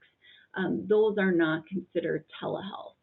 Also, on that same vein, uh, you know, for instance, a voicemail is not in real time, so that is not considered telehealth, and i.e. is not billable. Uh, and kind of in the same realm, this is why a reminder call that you make, even if you connect directly with the person, is not considered billable because you are not working on your authorized support. It's simply a reminder. You're not digging into, that support. So keep that in mind. There are some special requirements for when you write your note if you have delivered services via telehealth. So keep in mind that one of the two areas that you need to address in the assessment part of your assessment and activity section is the surroundings. So remember, there are four kind of things. You get to choose two of them. If you delivered something via telehealth, one of those has to be the description of surroundings, and especially if other people were or weren't present, this helps us ensure that we are complying with HIPAA and confidentiality requirements. So an example would be, maybe in your note, you would say something like, George and I met via telehealth. He was alert and engaged throughout. That's you assessing his attention and demeanor. So that's one of the two. And then the second of the two would be the surroundings. So you could say, he was at his mother's home. She did not participate, but was present in the room with him. So that identifies that George was aware that someone else was in the room and could hear the conversation. And again, when we put that in writing, it just verifies, that we're complying with HIPAA. Keep in mind this example that I just gave you doesn't reference the reason for meeting, which would also have to be in there. All right, there are policies and procedures that we have in our CCS plan that you as a new provider must review and understand and abide by. So we are going to cover some of that later on in this training. I'm going to show you where you can find that. And you're also going to need to sign off saying that you understand some of those things for documentation that you need to give me. These are part of your Part 2 training log listings. So we'll get into that later. Okay, so we have gone through what those requirements are for the billable notes. I know it's a lot, but I promise you'll get the hang of it the more you do it. I also reference that there are differences between those billable note expectations and the non-bill note expectations, which we're going to go through here. The main thing you need to know is non-bill notes are still part of that person's official medical record, so they do need to abide by confidentiality requirements. But because they are not submitted to Medicaid for reimbursement, they don't need to align with all of those more stringent things in each one of those sections. They can be much more concise, and you're seeing that on this kind of comparable table here. The other thing I want to say is it's possible the majority of your non-bill time that you're going to incur may come from no-show or cancellation. So I just wanted to mention that we do have a no-show policy, and it states if someone is habitually no-showing with you that we can end their support. However, keep in mind, if you don't document that they were no-showing with you, then we have no data to validate that, and we cannot enforce that consequence. So please make sure that you are entering your non-bill notes if someone especially is no-showing with you, just so that we have record of that. On the table here, you're seeing the differences between the requirements. I'm going to show you examples of non-billable versus billable notes in the upcoming section. But essentially, the non-bill notes are very streamlined. You just need to convey what is it that you did, what was the person's response if you know it, if you got a hold of them, and what is the plan if you know it. Aside from that, anything else that was required for billable notes, you don't really have to worry about. So let's look at some of those examples coming up. In this section, I'm going to be showing you how you access our electronic health record, which is called ECHO, where you are going to be entering your progress notes. So ECHO Vantage, once again, is our electronic health record, and this is a completely HIPAA compliant method for capturing the clinical documentation, i.e. your progress notes, for the services delivered. Providers are given ECHO access only after their initial documentation and training are completed. So you do not have access yet if you are watching this training. Once I get all of your documentation and I can verify that you are approved, then you should look for an email to come to you from my colleague Nettie Tittle, which will include your login information for the ECHO Vantage site. A couple of things here. There are two different sites, one for the Ashland versus one for the Bayfield program, and the login information for each one is different too. So the username for the Bayfield program will include the letters BAY at the end as opposed to the Ashland one. If you experience any issues with ECHO that are technical, you can't log in, it's glitching, it's doing something weird, Nettie is going to be a person that you reach out to for help. However, if your questions about ECHO are more aligned with what do I put as far as the content of this note or things like that, those should really be directed to the service facilitator. Okay, I'm going to be going over a bit of an overview of what Echo looks like here, but I will be switching over to the actual site so you can see me navigate it in real time as well, and how to enter notes and note examples and all of those things. But when you first log into Echo, you are going to see this Vantage Point page, which is basically like your landing page in Echo. So on this page, you are going to see the scheduler tool takes up a lot of space, but it's not actually a thing that we use, so it's always going to be blank. On the upper right is a quick access list to the clients that you're authorized to work with, so you can find them here.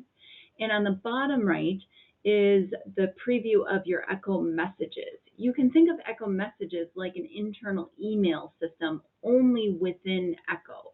And this is going to be really important because the way that your notes are approved is after the service facilitator has read your note, they send you an Echo message indicating whether you can move forward with signing it, which is going to lock and finalize the note, or if you need to make an adjustment or there was an error or something like that.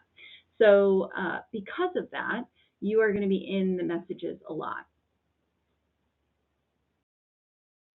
Another way that you can access the list of clients that you are authorized to support is through this tab, the Clients tab. And you can see this is a search feature, so you can just go ahead and type their name in there. That will come up, and then you're going to be able to get all of their contact information. So this is how you know if you receive an authorization saying you're going to work with Joe Schmo, you can look up Joe Schmo and find out his address and phone number to contact him so you can go ahead and set up your first meeting. If you ever find that you received an authorization, you go in to look up the person's information, but when you type them into the search bar, nothing comes up, that may indicate that there was a selection that was missed on the back end. So you should reach out to the service facilitator just to ask to correct that, and they should be able to make that adjustment pretty quick for you. Like I said, you are going to be utilizing the messages feature a lot because, once again, this is how you are notified if you need to correct something in your note or if your note is approved to finalize. So on the screen here, you can see two sides of a messages inbox. So on the left, this is what it might look like for you. So you can see some of these previews here are all from service facilitators that are just indicating, yes, this note is approved to sign, or please correct this thing in the note. So those are the types of things that you're going to get in your inbox.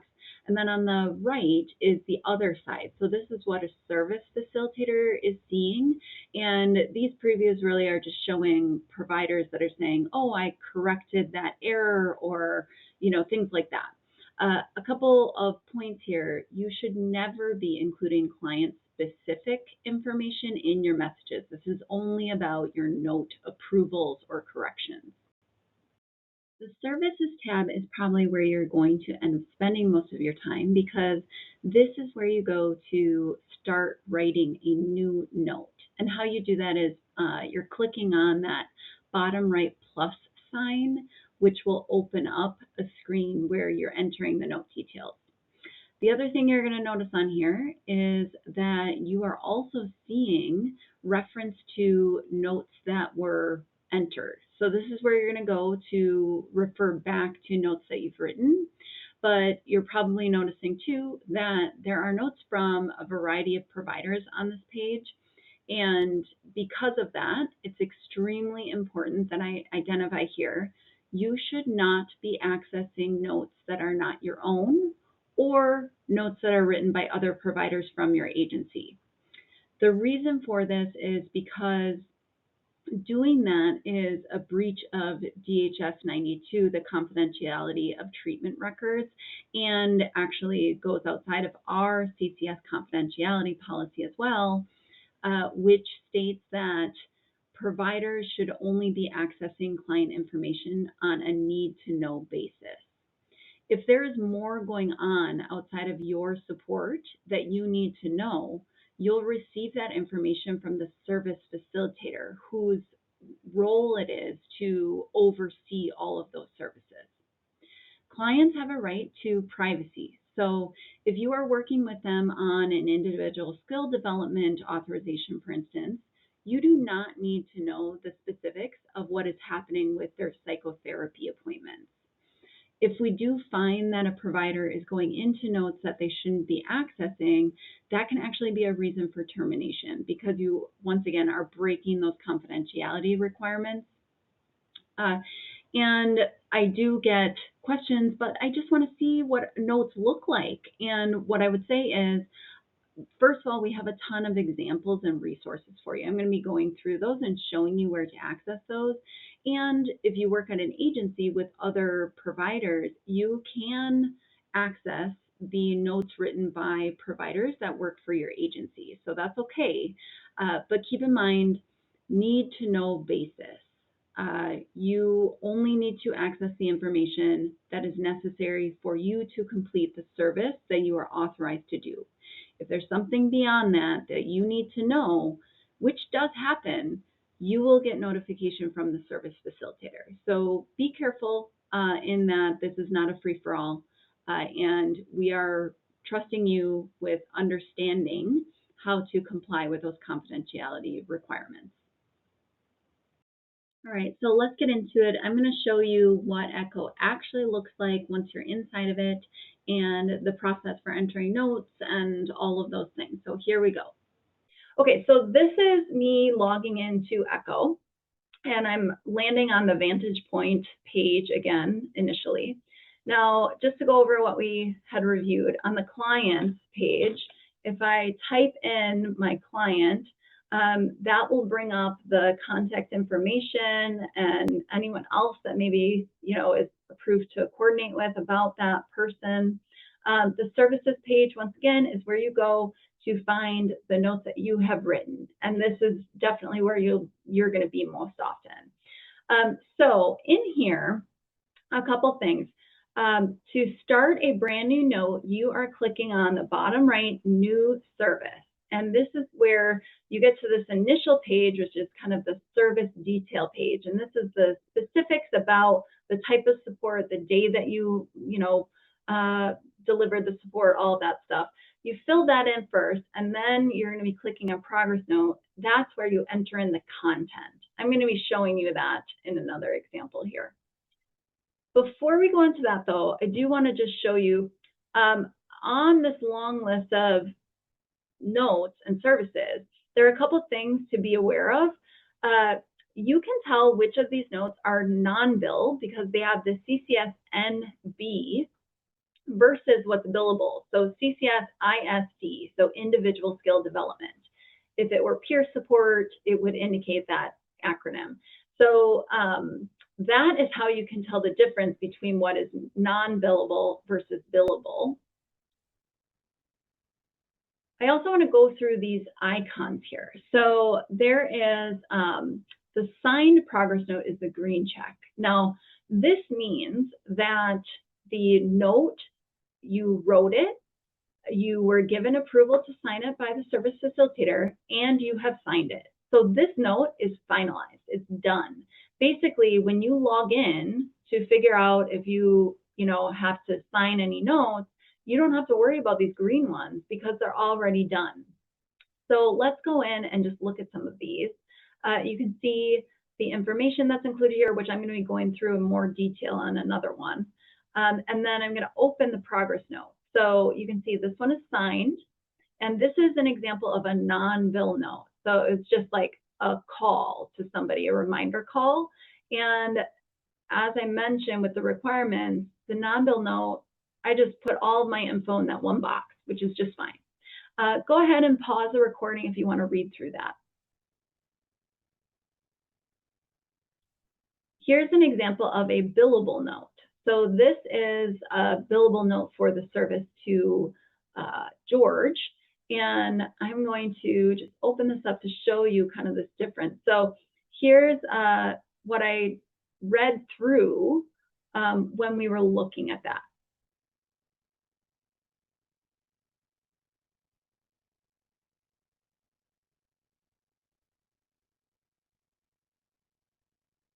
And you can see this one has been signed.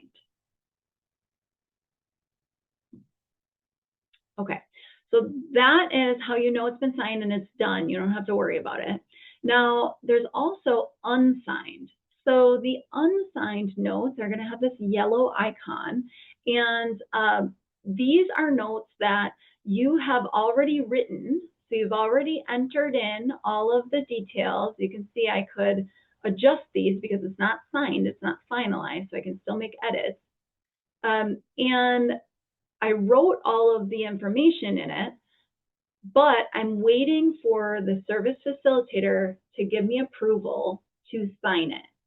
So you can go ahead and pause the recording if you'd like to read through this note. This is an example of supporting somebody with learning how to utilize public transportation.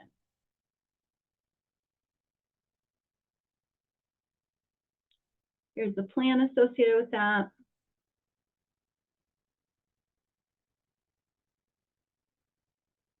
And relevant life areas.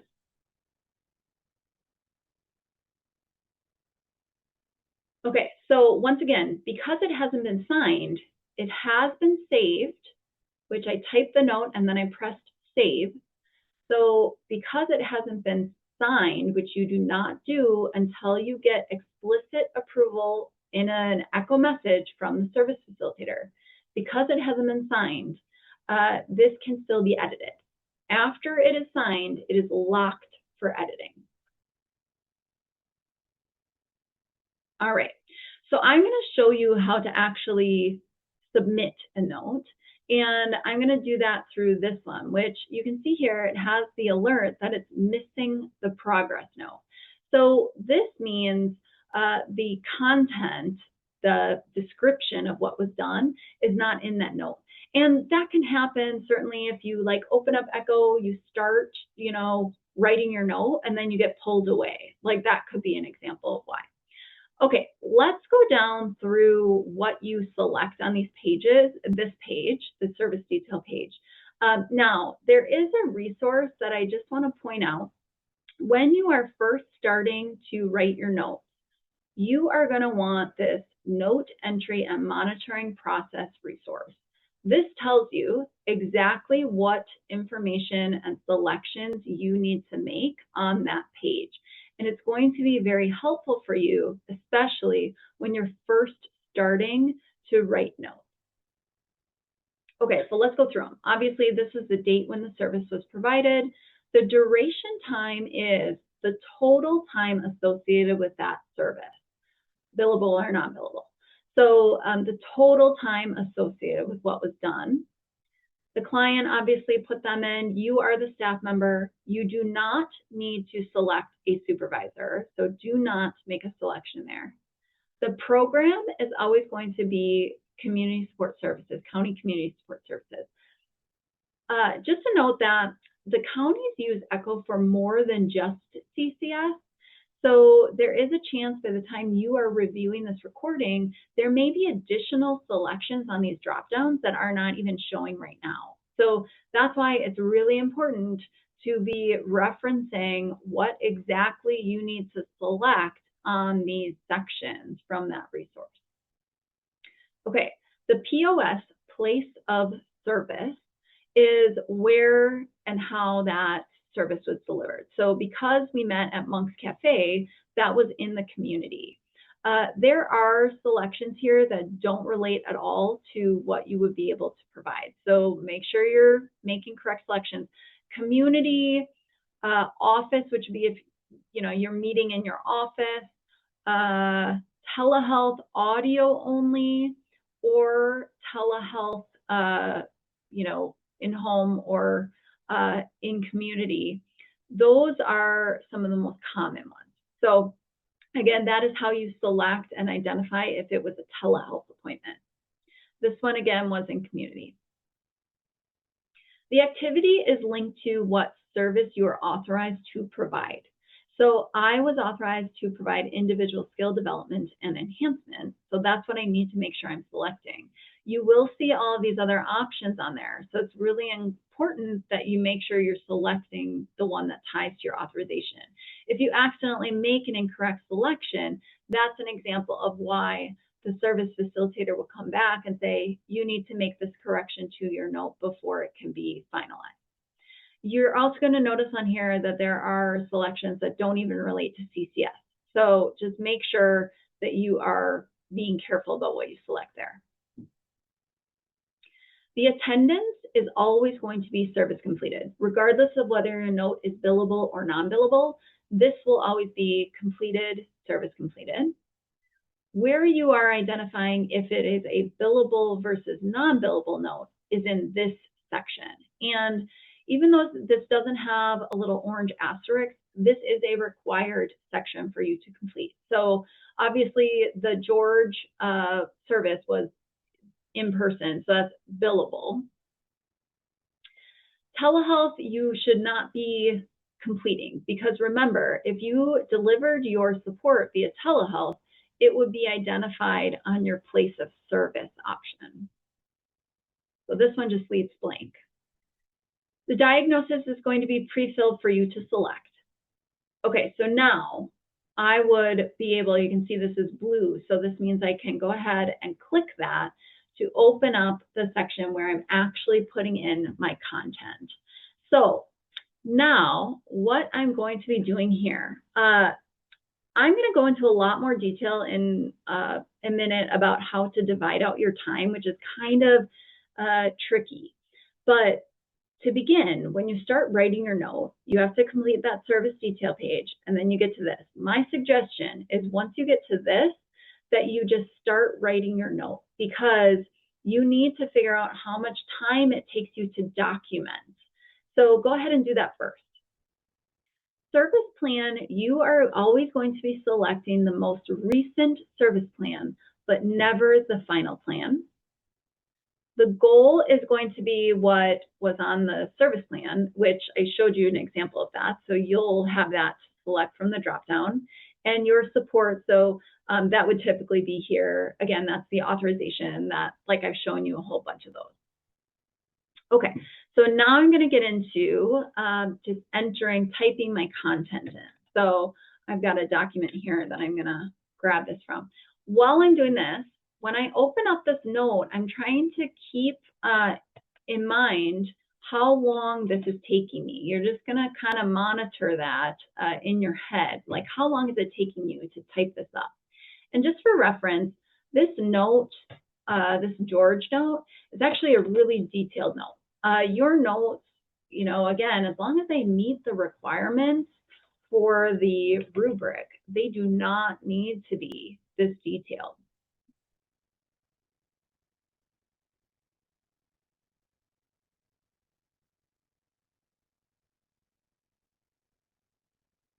Okay, so now I've got all that in. The next thing I would typically do is put in my mileage and the to and from. So the to was CCS office, Ashland to Monk Cafe, and the from, if I didn't have another appointment directly after that, it would have been Monk Cafe to CCS office.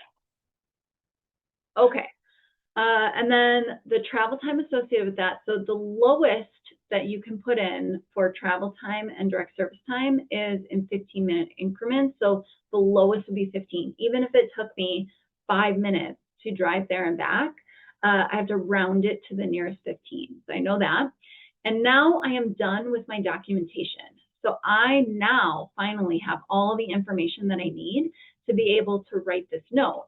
And I know that I spent 13 minutes writing my note.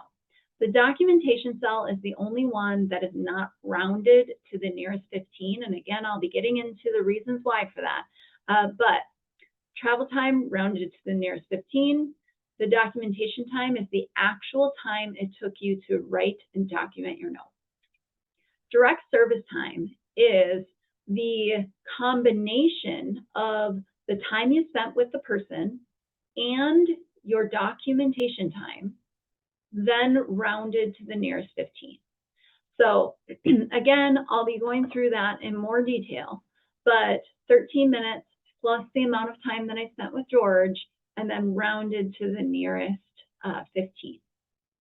Okay, so now I have everything that I need for the note to be completed. So I'm going to go ahead and save that note. All right. Now, keep in mind, I'm going to get this pop-up that I can sign it, but I do not sign that note until I get a message from the service facilitator telling me I can.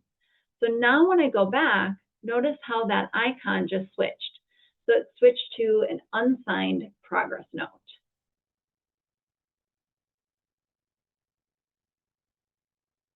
Okay, now let's go to the messages. I can see that I have an alert about a message that I haven't opened yet. So I'm going to go ahead and get in there. This is a new message I haven't opened yet, but let's go over this. So in your messages, you're going to have two different kinds of icons typically. So the orange one is about a note that is approved to sign. So you can see here that this note looks good, please sign. So this is that note about delivering the support for the person learning how to use public transportation.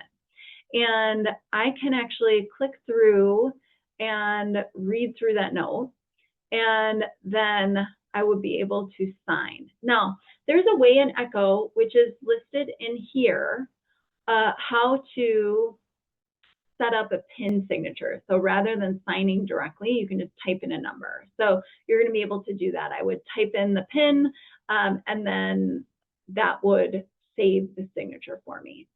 And then after it's signed, I could archive it, meaning move it over into what is done, so I can keep my inbox as the only things that are outstanding.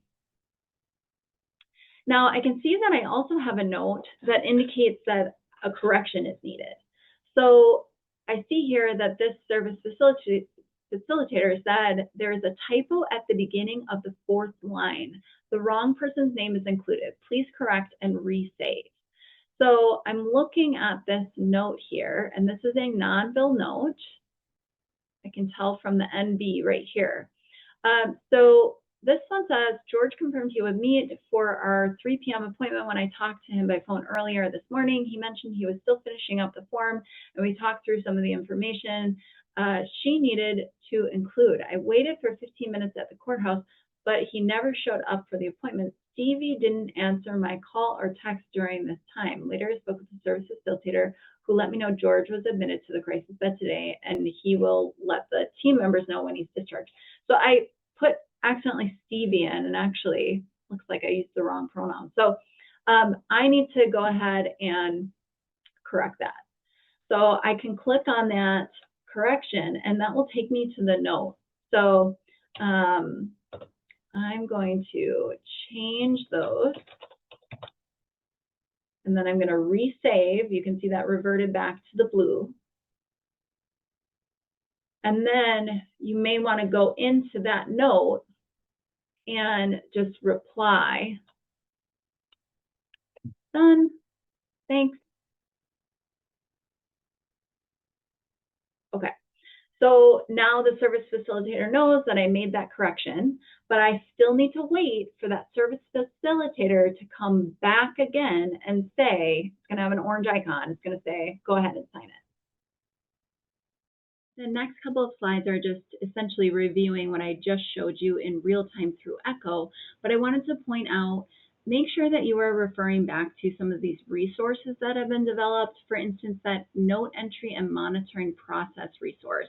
That includes exactly what you should and should not be selecting on, for instance, this new service page when you're starting a note. There are some fields that you actually don't put content into. And inside of that resource, there's an exception that's outlined with, for instance, the start and end time. There is an example of when you do need to enter that, otherwise you're going to get an error. So make sure that you have that resource and you're referring to it when you're first beginning to write notes. It's just going to help you get in, kind of a flow of what you need to enter. One of the things I didn't mention when showing you this pop-up where you type in your note content, but you may have noticed, is that there are some little checkboxes up at the top. On the version we were looking at, there was only the transition to community living box, but not that monitored one below it. That's because I was in the Ashland program's ecosystem, not the Bayfield one. This monitored ready for provider signature selection box is something that the Bayfield program opted to build into their system, but Ashland did not. The essential thing you need to remember about these boxes is they don't apply to you. These are not boxes that you are going to select. They should only be selected by service facilitators. And if you are working in the Bayfield County program, the service facilitators still send a message through Echo to indicate when you can sign and finalize your note, but they also do this additional step of selecting the monitored ready for provider signature box once they've reviewed your note. It's essentially just a tracking thing for them, but it may be helpful for you as well, because if that box is selected, it probably means that you should have an Echo message related to this note. Remember, as you're writing your note, you do need to progress through these tabs at the top to get to the other content sections. And please remember, once you're finished writing your note, you need to make sure that you save it, but do not sign it right away. Signing the note locks it so you can't make any more edits. So you need to wait for the Echo message to come in from the service facilitator before you sign it. There are three options of the type of message that you might get from a service facilitator after you write a note and they've reviewed it. So basically they could say, oh, there's some issues, and they would tell you exactly what needs to be changed, so you can do that. They might come back and say, this looks great, go ahead and sign it. Or for people that are just learning and maybe there's a whole bunch of mistakes, they could say, please see my email outside of Echo for details on what needs to be changed, just because it's significant and they don't want to gunk up those Echo messages with all of that content. Remember, once you sign a note, that means it's finalized and locked for changes. And after that happens, the service facilitator marks the note ready for billing, so that's how it can progress forward with getting you or your agency paid for that service. Clearly, our process for finalizing notes is very manual, and because of that, mistakes happen.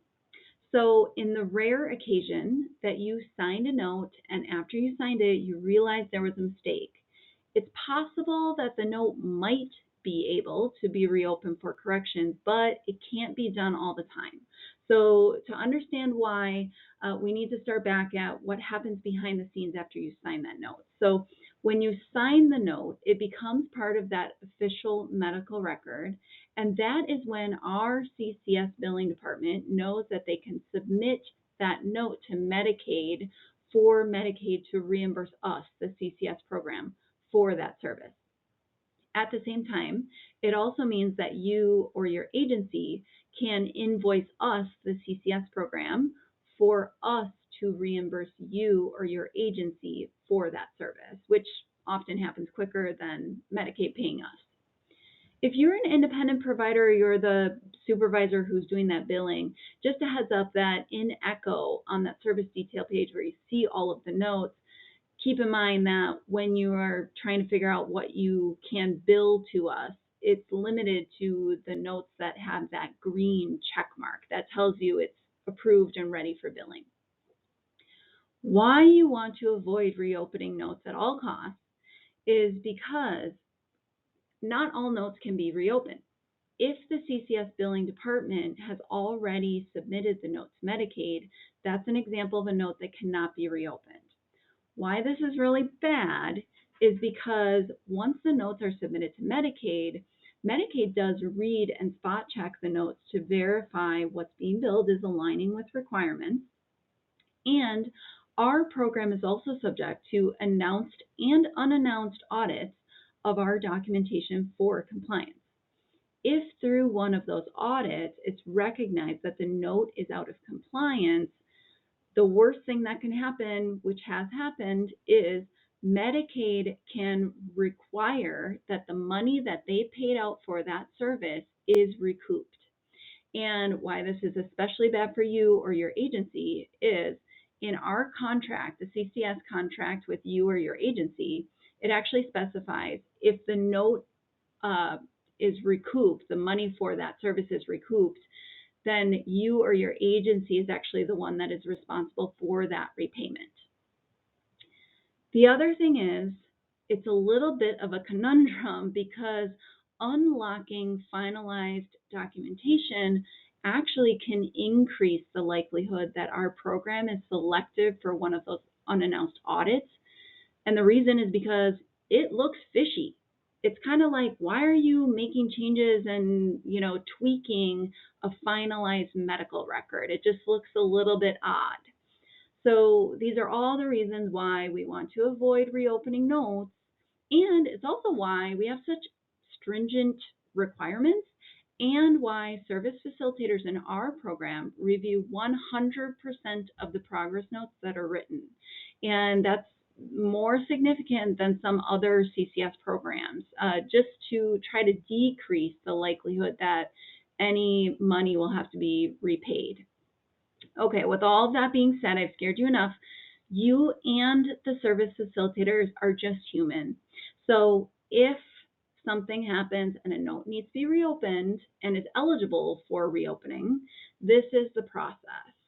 So if it happens, first of all, the process for reopening a note is outlined in the resource that's named Progress Note Submission Review and Correction Policy. I'm going to show you where you can find that at the end of this training, but essentially the cliff notes are basically as soon as you identify, whoops, that needs to be reopened, send an email immediately to the service facilitator and mental health professional. The service facilitator is going to coordinate on the back end to see if that note is eligible for reopening. And if it is, then the service facilitator and the billing department will ensure that the note is reopened in Echo, and that is going to cause the icon associated with that note to revert back to that unsigned progress note from what it did look like, which was that green check mark. Then, after that happens, make your changes as soon as possible. And then the note goes through the same process as usual. So you need to wait for an echo message from the service facilitator before you sign it again, and then it's essentially refinalized. All right, we've talked a lot about what content needs to be included in your notes, and now we're going to pivot into how you actually divide out your time associated with your notes. And just a fair warning on this, the way that we divide and document time is not super intuitive. So it's really important that you keep resources on hand and you're referring to them consistently. They're right next to you when you are beginning to enter your notes so you can get the hang of it. Okay, so as you saw, the first step to entering a note in Echo is to complete the service detail page, which is that first part where you're making all those selections about the who, where, when of the service you delivered. On that page, you are asked to enter the duration time. The duration time is all of the time associated with that service. So this includes not only the time that you spent working with the person, but also the time it took you to write your note and the time it took you to travel to and from the appointment. This is actually kind of confusing because when you're on this first page, you actually haven't gotten to the pop-up page where you are typing in your note. So basically, when you're at this spot, you don't know what your duration time is yet because you don't know how long it's going to take you to write the note. Most notes will take 15 minutes or less to write, but it could take you longer if you have a really extensive note. So my suggestion is when you're on this first page, just do your best estimate of the duration time, plunk that in so that you can get through to the pop-up page where you're actually going to be typing your note and can figure out how long it takes you. So with that in mind, essentially you need to be starting a stopwatch in your head. Like once you click on that plus button and you begin entering the selections of your note, that's where you start your documentation time, and that continues through with you typing in all the content until you get to the last part of entering your note, which is basically documenting all of your time. Okay, so the way to do this, my suggestion is that once you get into the pop-up page, go ahead and just begin typing your notes. That's the first thing you do. You're typing into each one of those text boxes, or if it's a non-bill note, you can type all of your content into one box. That's fine. After you've finished, then go ahead and enter your mileage, if applicable, and the to and from locations. A quick note on the to and from locations, make sure to review the note entry and monitoring process resource because it lays out how you have to fill in the to and from fields if you are stacking appointments. Like if you go from one appointment directly to the next appointment, you need to make sure you're allocating that travel appropriately. Okay, the last thing you should complete when you're writing a note is the time boxes. So I would suggest doing them in this order. First of all, put in your documentation time because if you've just finished typing it, then you know that. So the documentation time is not rounded in this cell. It is the actual amount of time that it took you from the point where you opened up and started your note to when you are entering into this cell. Next, you're going to calculate your direct service time. And this is basically math you're doing in your head. You are adding the actual time it took you to write your note, which you just put into that green cell, plus the actual time you spent working with the person. Then you get that number and round it to the nearest 15 to get your direct service time. So I know this means that essentially you're capturing your documentation time twice, but this is how we do it, and I'll explain why. The last cell that you enter is probably going to be you listing your travel time. This is also rounded to the nearest 15. When you save your note on the pop-up screen, if you've accurately entered the direct service time and the travel time, then on that first page, the duration time is actually going to auto-calculate for you if it changed. That's only going to happen if you have accurate numbers in those cells, to be clear, and that green cell, that documentation cell, does not auto-calculate. So remember, you've got to include that in your direct service time. Now, speaking about the documentation time, this cell is a little bit different. It's not rounded because it's really only used for our internal reporting purposes, because we need to have documentation of how much specific time was used for some of the audits that we have to go through.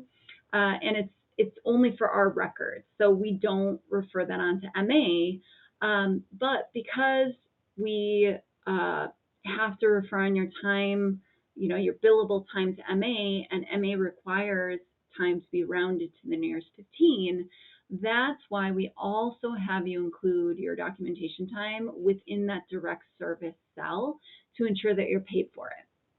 So the yellow highlighted times on this screen are what we forward to MA for reimbursement, and those are the only ones that are auto-calculated in the ECHO platform. What this means is, if you forget to include your documentation time inside of the direct service time cell, you are essentially shorting yourself or your employer out of being paid for the time that it took you to document your service. So this is something that a service facilitator also won't be able to catch, because you are the only one that knows how much time you spent with the person and documenting your note. So as long as you have something in that direct service time cell, that's the service facilitator is not going to be able to parse that out. You need to be the one to identify that and be doing it correctly. I know it's convoluted, and because of that, this is probably the number one reason why providers request to have their notes reopened, because they forgot to put in or include their documentation time within that direct service time cell. I'm going to go through a bunch of examples that show separating time out so you can get even a better hang of it. The reason why our time is documented in such a convoluted way is basically because of MA billing requirements, which don't always match up with other requirements our program needs to abide by for things like when we are subject to an audit, what we have to have on file. So a couple of things here as far as the state's rules. For rounding time, they are indicating that you are able to round up to the next 15-minute block if you have met more than halfway through the 15 minutes. So meaning if it was 7 minutes, you round down. If it was 8 minutes, you round up. The exception to that is for the first 7 minutes. If you have a meeting that's 7 minutes or less, you are still going to document 15 minutes. Check out this cheat sheet, and this is included in that note entry and monitoring process resource. So just have this with you when you're writing your notes. All right, documentation time. This is actually an example of that mismatch I was talking about from the state, which is part of the reason why we have to divide the time in our notes so weirdly. The way that we have to pay you is done based on 15-minute increments. But when we're audited, we also need to show documentation includes the exact amount of time writing the note. So that's why we ask for both things. As far as the travel time, this is why you have to enter your travel time in a rounded amount, and you need to list the distance associated with that time. And then the to and from fields that we make you put in are basically so we can validate that the travel you've listed is accurate based on the distance you included. We're essentially going to walk down through 4 basic word examples of how you separate out your time now. So the first one here, you meet with George to work on your authorized support at the library. It took you 26 minutes to drive there and another 26 minutes to drive back, which totals 52 minutes of your driving. You and George spent 40 minutes together focused on your support, and it takes you 18 minutes to write your note for this service. All right, how do you divide your time? First off and foremost, when you get into Echo and you start opening up that note, you're just going to enter in an estimate for that duration cell on that first screen so that you can get to the pop-up screen where you actually start typing your note. Then, once you're done typing the note, the first thing you enter for your time is your documentation time. So remember, this is not rounded. We know that it took you 18 minutes to write your note, so you're writing 18 minutes into that documentation cell. You are remembering that 18 minutes because you need to use that to calculate the next cell, which is your direct service time. So remember, you're adding in your head 18 minutes typing your note plus 40 minutes meeting with George. That equals 58, but in this cell, you need to round it. 58 rounds up to 60, so that is your direct service time. The last thing you enter is your travel time. And your travel time was 52 minutes, but again, this needs to be rounded. And because it's not more than halfway to the next 15, this is an example of a time that actually rounds down. So what you're putting into this cell is 45 minutes for travel. Now, you have all of the information here. So you are double checking that the amount you have in your direct service time cell and the amount you have in your travel time cell, when they're added together, equal your duration time, which in this case is 105 minutes, because 60 minutes of direct service time plus 45 minutes of travel time equal 105 minutes. Okay, here's another one. You meet with Alex to work on your authorized support via a telehealth appointment. You and Alex spent 63 minutes together focused on your support, and it takes you 11 minutes to write your note for this service. How do you divide your time? Okay, first off and foremost, when you get in to start your note, you're just entering in an estimate for your duration time so you can get through to that pop-up page where you're typing in your note. Then, after you're done typing your note, you know what your documentation time is. It took you 11 minutes to write your note. So this is what you are entering into that documentation time cell. Remember, this is not a rounded figure, but you have to keep this in mind because you are going to use that when figuring out your direct service time. So you are adding in your head 11 minutes to write your note plus the 63 minutes it took you to work with Alex. That equals 74 minutes. 74 rounds up to the nearest 15 of 75 minutes. So that is your direct service time amount. Next, the travel time is not filled in. You can just put a 0 there and leave it blank because you cannot bill for travel when you are conducting a telehealth appointment. Last, you're just double checking that the amount of travel time, which was 0, plus the direct service time, which was 75, equals the final duration time. So in this case, your duration is 75, which is the same as your direct service time. This next one has a twist, so be listening carefully. You met with Stevie to work on your authorized support, which includes helping them become more comfortable with riding public transportation. It took you 10 minutes to drive to the bus stop where you agreed to meet and catch the bus together. You and Stevie spent 27 minutes together focused on your support, which included boarding the bus, reviewing the bus schedule while you were riding, and then getting off at the same stop where you originally boarded. After you finish with Stevie, you drive to meet with a different participant at the library in another town, which takes you 23 minutes from the bus stop to the library. It takes you 6 minutes to write your note for the meeting with Stevie once you get back to the office. All right, so how do you divide your time?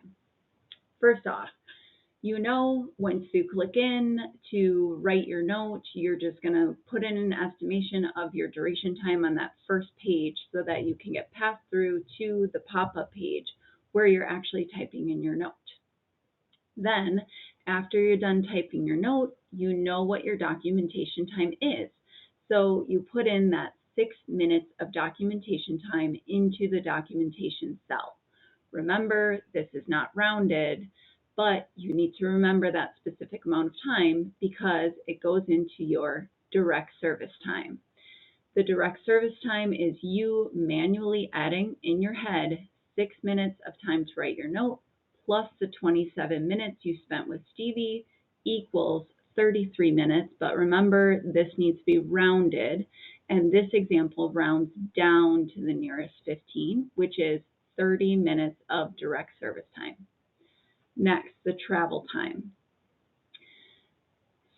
Here's the trick. The additional 23 minutes that you drove to your next appointment actually wouldn't be added to Stevie's note. It would be for that next person's note. So that is not included at all in this note. Since you are still providing your authorized support while you are riding side by side on the bus with Stevie, that's also not considered travel time, and it should be documented as your service time or considered part of your service time instead. So that means the only travel time that is associated with this note is that first 10 minutes it took you to drive to the bus stop where you were meeting Stevie. Because 10 rounds up to 15, what you are putting into your travel time cell is 15 minutes. Obviously, you now have everything you need to figure out what your actual duration time is because 30 minutes of direct service time plus 15 minutes of travel time equals 45 minutes of duration time. All right, last example. You meet with Gloria at your office to work on your authorized support, which includes submitting a digital form. Your meeting is cut short because Gloria gets an urgent call from her son who needs to be picked up. You spent 10 minutes together focused on filling out the form side by side and saved your progress made when the meeting needed to end. It takes you 4 minutes to write your note for this service. How do you document your time? First things first, when you open up Echo and begin your note, you're just going to be putting in an estimation into that duration cell so that you can get to the pop-up page where you're actually typing the content of the note. Once you've completed that, you have what you need to enter your documentation time. Remember, this is not rounded. You're putting in your actual time, so the amount in that cell is 4 minutes. Next, you are going to move on to the direct service time. Remember, you need to manually add that up in your head. So you're adding the 10 minutes it took you to meet plus the 4 minutes you spent to type your note. That equals 14, but in this cell, it needs to be rounded to the nearest 15. So this rounds up to 15 minutes. Next, you would be putting in your travel time, but obviously with this appointment, Gloria came to you, so travel can't be documented. You can just put a 0 in there. Now you have everything you need to figure out your duration time, because 15 minutes of direct service time plus 0 minutes of travel time equals 15 minutes of duration time. This is another example of where your duration time is the same as your direct service time. Okay, we're almost there, I promise. In this last section, I'm going to show you how you need to fill out your initial training logs, and we'll be talking about some of the ongoing requirements you need to be aware of as a provider in our program, as well as showing you where to find all of the policies and resources I've been referring to. CHS 3612 identifies the initial training requirements for all providers who are going to be delivering services in CCS. And essentially, the requirements boil down to the provider's level of experience. So for new providers who have 6 months or more experience delivering psychosocial rehabilitation services, you need to reflect completion of 20 hours of initial training before you begin working with participants in our program.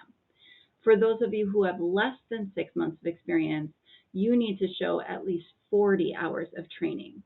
The training has to be in certain topics. There are 11 of them, and all providers are showing either the 20 or the 40 across the Part 1 and the Part 2 training logs. All providers who have not previously been credentialed in another CCS program have to complete a free UW Green Bay CCS orientation course, which is self-paced and online. That course makes up 13 of the either 20 or 40 hours that you need to reflect for your initial training. And here's an example of how that's listed on the Part 1 log. You can see the training rows that have green highlights reflect the topic areas that are covered through that CCS UW Green Bay training. It is not all topics, so keep in mind that while it will meet 13 of your 20 or 40 hours, you also need to complete at least 15 minutes of training in all of the 11 topics. And if there's a topic area that the UW Green Bay training either doesn't address or doesn't complete at least 15 minutes of training within, note that you are going to need to complete additional training to meet the requirements there. There are other options listed on this log that you can definitely complete, or if you're employed with an agency and you're doing internal trainings that relate to any of these topic areas, you can certainly list those on this Part 1 log as well to count toward your 20 or 40 hours. The other thing I want to note is there's a special exception for providers who are DSPS licensed or certified. This usually is our master's level therapist. If that is you, what you need to know is you can opt to complete the 13-hour UW Green Bay CCS orientation course, or you can choose to complete a more condensed version of that course, which is a little over 3 hours.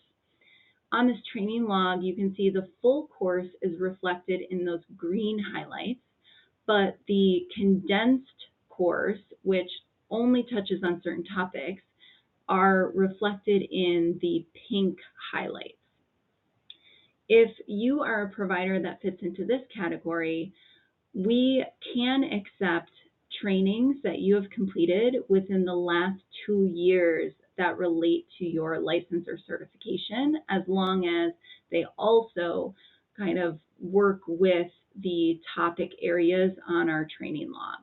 So reach out to me if you have questions about that.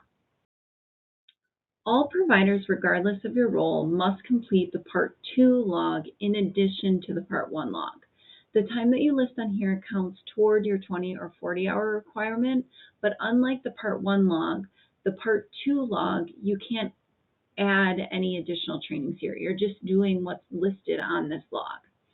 The trainings on here are specific to our Ashland and Bayfield County CCS programs, as opposed to what's listed on the Part 1 log, which is probably transferable to a lot of different CCS programs in the state.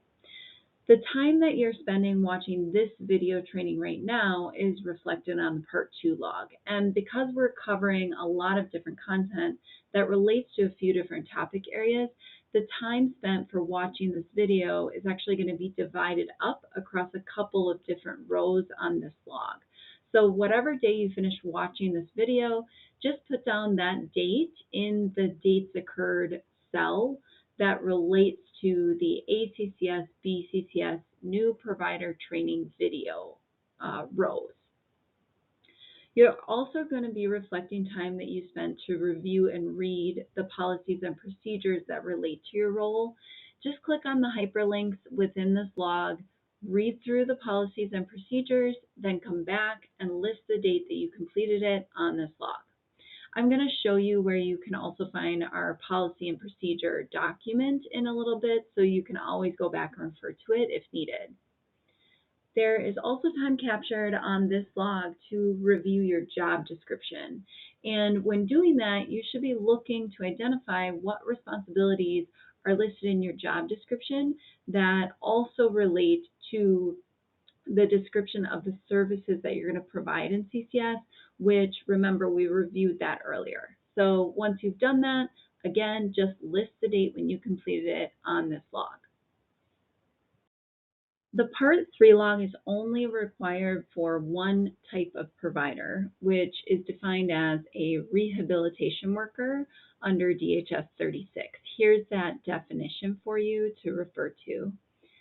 Based on that definition, this level of provider has to show an additional 30 hours of training that was completed in addition to that 20 or 40 hours that you're showing on the Part 1 and Part 2 log. So trainings listed in Part 3 are separate from whatever you listed in Part 1 and Part 2, and what you list on Part 3 cannot duplicate something that was listed on Part 1 or Part 2. Based on that, rehabilitation level workers will reflect a minimum of either 50 or 70 total hours of training across Part 1, 2, and 3 logs. The good news is you can list trainings that were completed prior to your CCS start date. And actually in the administrative code, it says within 2 years of your start date. So if you went to some kind of a conference, or you were involved in trainings at a different place where you worked, we can list those trainings on this log. In addition to your initial training logs showing that you've completed all the required training hours, I also need to collect documentation that validates your qualifications. Some of these are requirements outlined in DHS 36, and others are needed based on our CCS program policies and procedures. Everything you need to submit is reflected on our checklist, and it will tell you exactly what's needed or not needed for you based on your role and how you're going to provide services. If you're employed with an agency, your HR or administrative support person will probably be able to send me what's needed. But if you're an independently contracted provider, you're going to need to gather and complete and send this all to me. There's, once again, information on the checklist and on the provider resources site that will help you understand how to do that all. But if you have questions, just reach out. We will need all of your required documentation and training on file and completed within 90 days of your start date with our program to be in compliance with DHS 36. After getting through your initial credentialing phase, you're going to be able to finally start delivering services, which is great. But one thing that you need to know is there are some ongoing training and supervision requirements for all providers. So we're going to be talking through those. That includes your ongoing training requirements. So all providers, regardless of your role, must complete at least 8 hours of training each calendar year.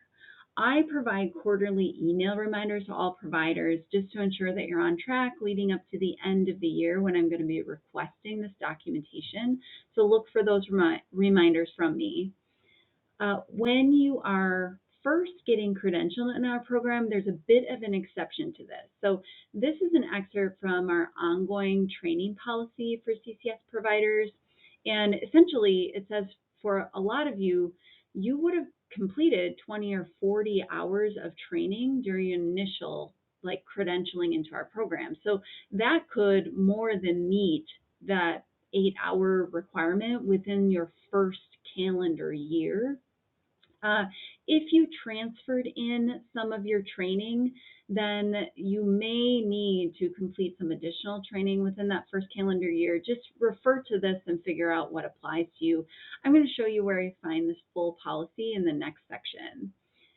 In the following calendar year, though, you are going to need to show that completed 8 hours of training, which relates to your role. So here are some examples of what DHS 36 specifies can count as that training. You and or your agency provider will send me a log each year that reflects your completed trainings, and that serves as the documentation needed to validate that you've met this requirement. You can use things like internal agency trainings, webinars, conferences you attend, really any training that helps you better understand how to do your job generally can be counted. There are a couple of things to remember on this topic. So if you have a license or a certification, then you probably are already completing way more training than 8 hours to maintain that license or certification. But just remember that those can be counted toward this requirement, but it's important to know that our requirements are based on the calendar year. So January 1 to December 31. If your license is on a 2-year renewal and maybe you hold off on completing trainings in your first year because you know you're going to be attending some kind of a big conference to meet all of those hours right before your renewal date, that could actually leave you out of compliance with the CCS requirements because you wouldn't have had documented trainings in that previous, first year. If you are out of compliance within a calendar year, unfortunately, there is no way to make up the difference after December 31st. So keep in mind, your training hours can only be counted within the calendar year, January 1 to December 31. Also of note, our ethics and boundaries policy specifies that all CCS providers must complete at least 2 hours of training relevant to ethics and boundaries every 2 years. I know this is ironic because I just told you we operate on a calendar year, but we implemented this based on a 2-year basis just to ensure those of you with a license or certification that you are already meeting this requirement for that can just count what you're doing for that license or certification. And we want it to be fair to all providers, so we are not limiting that to just those of you who are licensed or certified. Basically, what you need to know is I'm going to be the one checking for this when I'm looking at your 2 years of training logs. And I'll try to make sure that I'm providing a reminder if I'm noticing that you didn't have any of that ethics and boundaries training on that first log, just to make sure you comply by the end of that second year.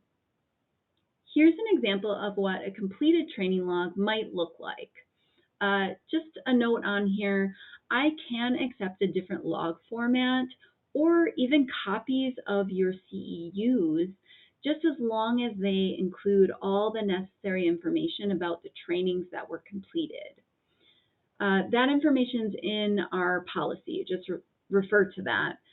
Notice on this example that it's showing time that the person spent reading through updates that were made to our CCS policies as part of their annual training that was counted. And I just want to notify you that you can use this. So I send out notifications on a quarterly basis by email just to notify all of our provider network, hey, there was an adjustment to this policy, or I updated this resource, so check this out. Those, being aware of those adjustments is related to you doing your job. So that's why we can count you reviewing that as part of your training for that calendar year. There are obviously tons of free online trainings that you could use. Everybody's log is going to look different because it's based on what's relevant to your role and what you're interested in, and want to complete. This example includes some Wisconsin Public Psychiatry Network videos that the person completed. That's a really good resource that you can go to, but of course there are tons of online examples. Your ongoing supervision requirements are based off of two things. So those are your role and qualifications, how you're defined under DHS 36, and the amount of face-to-face time that you accrued providing psychosocial services to CCS participants over the course of the full calendar year, so January 1 to December 31. The qualifications of who can deliver that supervision is also specified in DHS 3611. The amount of time you need to include is determined based on which group of service providers you are defined under within 36. The definition of your role is also something that you need to check off on your Part 1 training log. So I'm going to walk you through those here. Basically, service providers at a bachelor's level or below, with or without a license, and doctoral or master level clinicians who don't possess a full license, your roles are defined under 9 through 22. So because of that, 36 says that you need at least 1 hour of supervision for every 1 to 30 face-to-face hours with clients accrued in the calendar year. The person who delivers your supervision must have qualifications that align with one of the definitions in the other group of providers reflected in 1 through 8. And providers who fall into this category are fully licensed and accredited doctoral or master's level practitioners. So very often this is our therapists fall into this category. If you are a provider in this category, you need at least 1 hour of supervision or clinical collaboration for every 1 to 120 face-to-face hours. If you're fulfilling this through clinical collaboration, which is really common for our therapists, the other person needs to have a level of qualifications that align with this same group. So if you are a fully licensed and accredited therapist who is using clinical collaboration to meet the requirements, then the person signing off on your log needs to have that same level of qualification. I provide quarterly email reminders to all providers so that you know how many billed hours you've accrued throughout the year. And this can be really helpful when you're trying to assess how much face-to-face time you've completed and therefore how much supervision or clinical collaboration you need to show on that final log that you submit to me at the end of the year. To make sure that the person you or your agency has identified as the supervisor or clinical collaborator meets the qualifications through 36, we have you or your agency fill out this initial CCS supervision and clinical collaboration form. This is part of all of those initial documents that are submitted to me before you even start working with participants. This form also specifies what can be counted as supervision and clinical collaboration, which is outlined in DHS 36. The person that you or your agency lists on this form should match the person who signs your supervision or clinical collaboration log at the end of the year. Okay, a couple of things to remember about supervision and clinical collaboration requirements. Just like the ongoing training hours, if you are out of compliance within the calendar year, unfortunately, there's no way to make that up after December 31st.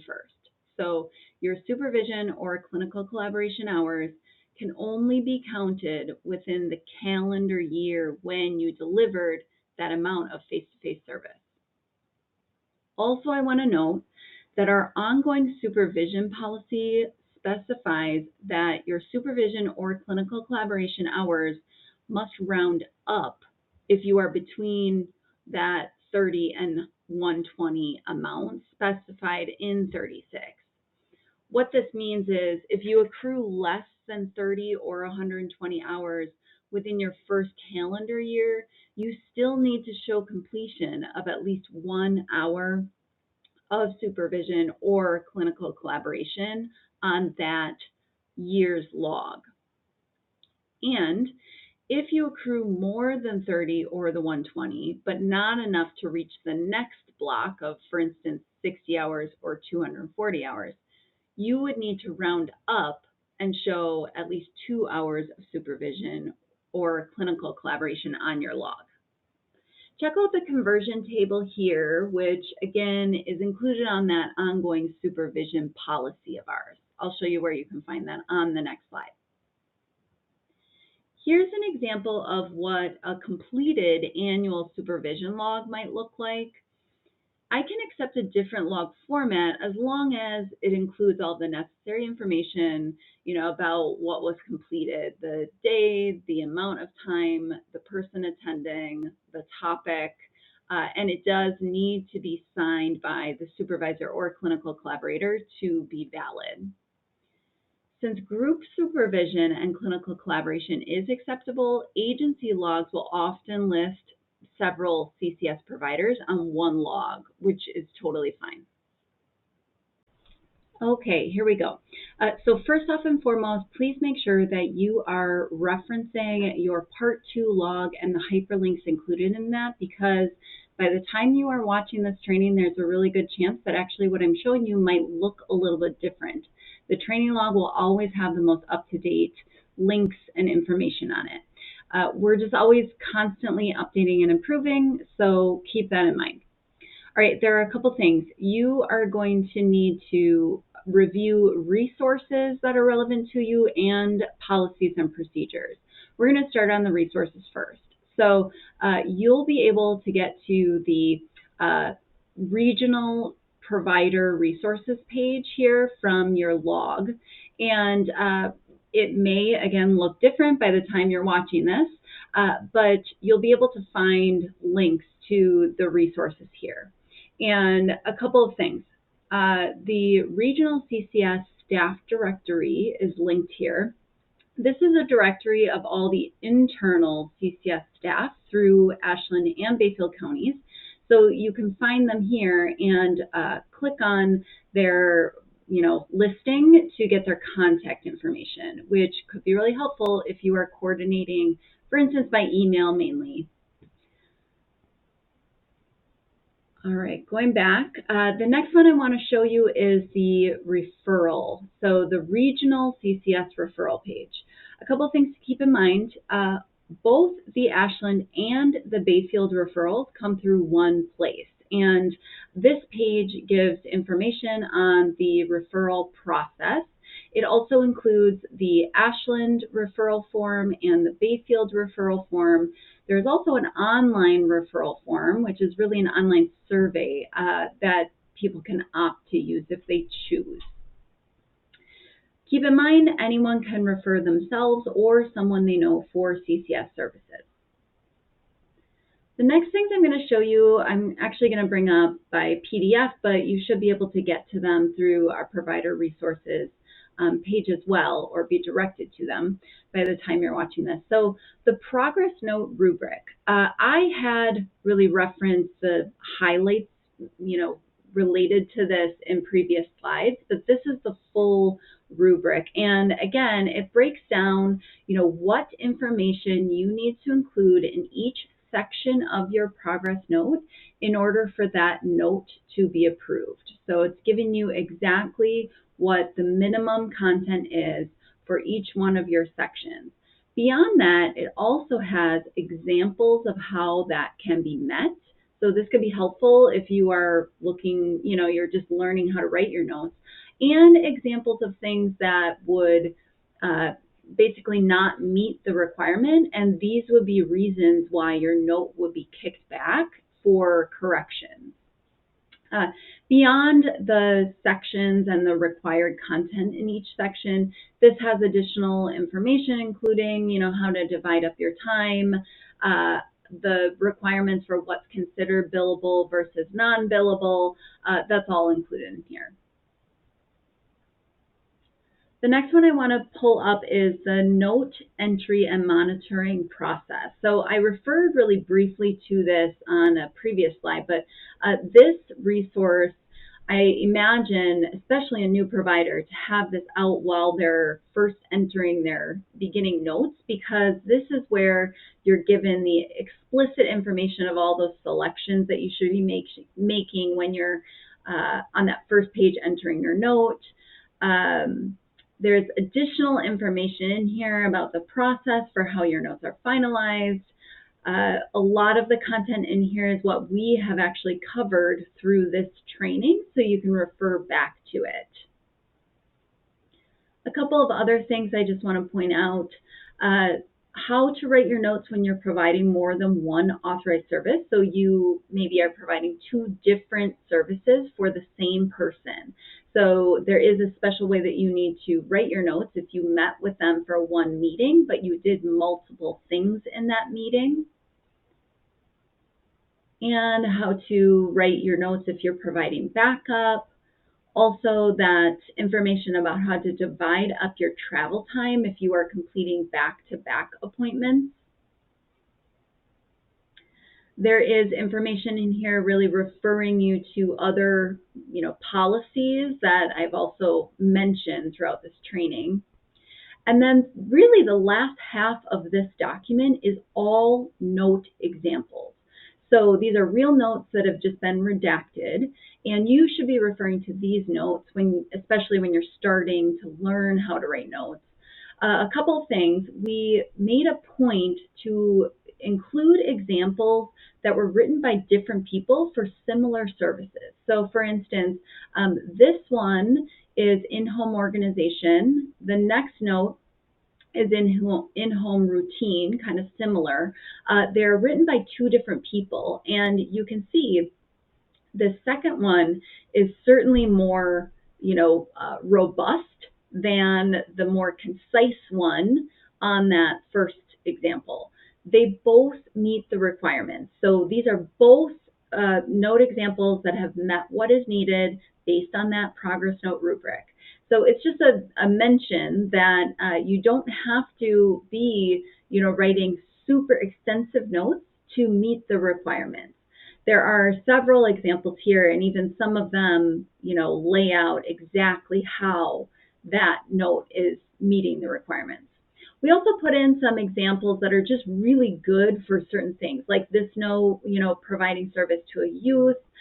There are some notes in here about, how to, like a good example of how to use quotes. There's also a note in here for a real service that was provided when someone was in crisis. So how did they document that? What did they put into their other section for that? And then at the end, there are non-bill notes, which again, keep in mind, those are, can be very concise. For instance, this one, all of the content in just one section, totally fine. We put in examples that are like common examples, so you can refer to these. All right, so now we're going to be switching over to the policies that you need to know about. And once again, make sure that you are using the hyperlinks in your log. I'm going to go to our master plan and policy document, which by the time you are watching this training, this may be a later version of it, but we update this on a quarterly basis, and this is where all of our policies are, located, so you can find them all in one place. So first off and foremost, we're going to be looking at the progress note submission review and correction policy. All right, so this policy, what's notable about this policy is that it includes the information about what your timeline is, how long do you have after meeting with that person to enter your note, and it also includes the policy around how much time you have if your note needs corrections to complete those corrections. There are certainly other things in here, including, specifics about the process of how notes are entered, which we covered, how they're approved, the timeline for service providers or service facilitators to review them. There's a lot more in there, but those are just some of the highlights. Make sure you read through this completely. The next one that we're going to be looking at is the travel policy. So I'm just going to go back to the start here. Okay, now a couple of highlights. Of course, if you are not someone who is going to be traveling to deliver service, then you do not need to worry about reviewing this note. If you are only going to be delivering services via telehealth, or there would only ever be the case that the person would come to your office to meet with you, then don't worry about reviewing this. If you are not in that category, then you do need to read this word for word. And a couple of highlights here. There are some differences outlined here between how Ashland and Bayfield County, what's acceptable for riding with a participant in a vehicle. There is also information in this policy that identifies we will not reimburse for travel longer than 3 hours for one note. So that is just the max. And that incentivizes if you are traveling from really far away to deliver service, then you need to be stacking your appointments so that you can divide that travel time. There's also information in here about what you should be putting as far as your meeting locations, like how you list those. And for instance, inappropriate meeting locations, like these should never be places that you meet.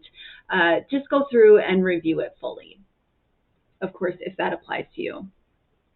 Next one is the telehealth policy. All right, so the highlights on this policy, again, you are reading this fully. If there's any chance that you would ever provide service via telehealth, so read this fully. A couple of notes here. It really is, definitions, procedures, documentation requirements specific to when you are delivering services via telehealth. Next one we're going to look at is the no-show policy. And this is really important to read for all of you because no-shows in CCS are a real thing. So what this is really outlining is basically the CCS process for when we intervene and or end support due to the participant no-showing or not engaging. Really quickly, our policy, what you're looking at right now, identifies essentially a person gets 3 chances. If they are no-showing, no notice canceling with you, then after 3 of those that are documented that we know about, then that's when the service facilitator would meet with that person to figure out what are the barriers, getting in the way of them engaging. If those can be addressed and the person still wants to continue the support, then after that meeting, they would get 3 more chances to engage. But if there are 3 more no-shows, no notice cancelizations, that is the point when that support would be administratively ended for that person. We are assuming unless you provide a different no-show policy, which we're willing to work on you with, unless you provide a different policy that is not discriminatory, we are assuming that you are going to abide by this policy. So it is really important that you read through this, and some other things in here, as far as the lack of meaningful engagement. So even if you are connecting with them, but you just can't get something on the schedule, that is outlined here as well. So please make sure that you are reading this fully. Next thing we're going to look at is the ethics and boundaries policy. Okay, a couple of things. If you are a provider who has a professional license or certification, then there's a really good chance what is listed in this policy is going to essentially mirror the policies that you need to abide by to maintain that licensure or certification, or for instance, code of ethics or things like that. We actually referenced a lot of typical ones when we were writing this, so we borrowed a lot from those. If you are a provider who does not possess a professional license or certification, then this is going to be extremely important that you read everything in this word for word. Essentially, this policy is meant to help make it clear to you how you need to maintain a respectful and professional relationship with participants and CCS coworkers.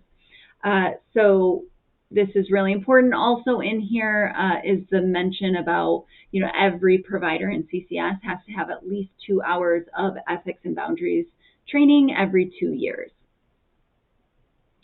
Of course, go ahead and read through that completely. Next one we're going to be looking at is the policy for addressing a crisis.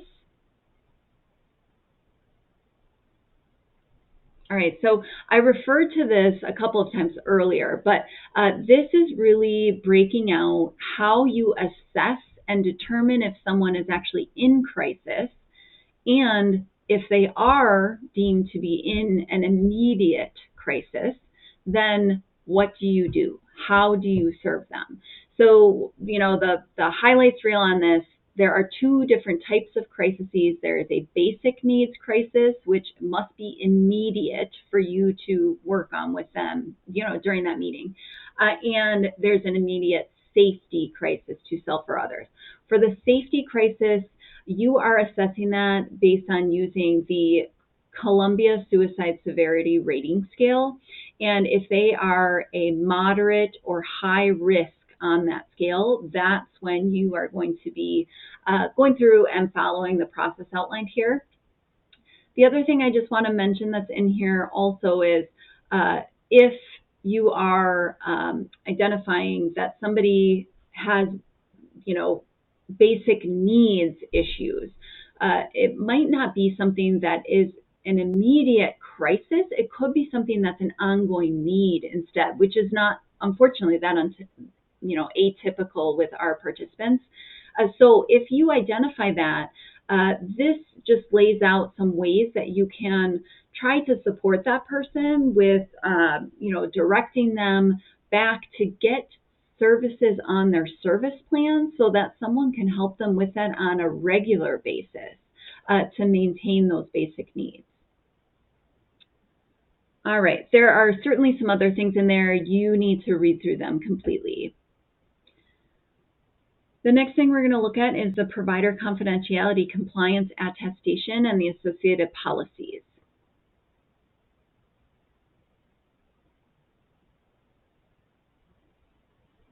Okay, now this is an attestation that you do need to go ahead and initial each one of these kind of main, really important takeaways from the policies that this is really covering. Basically, just to ensure that you have read through every one of these and you completely understand. This is basically, we need to know that you understand what is and is not confidential information and the ways that you're required to comply with protecting sensitive information.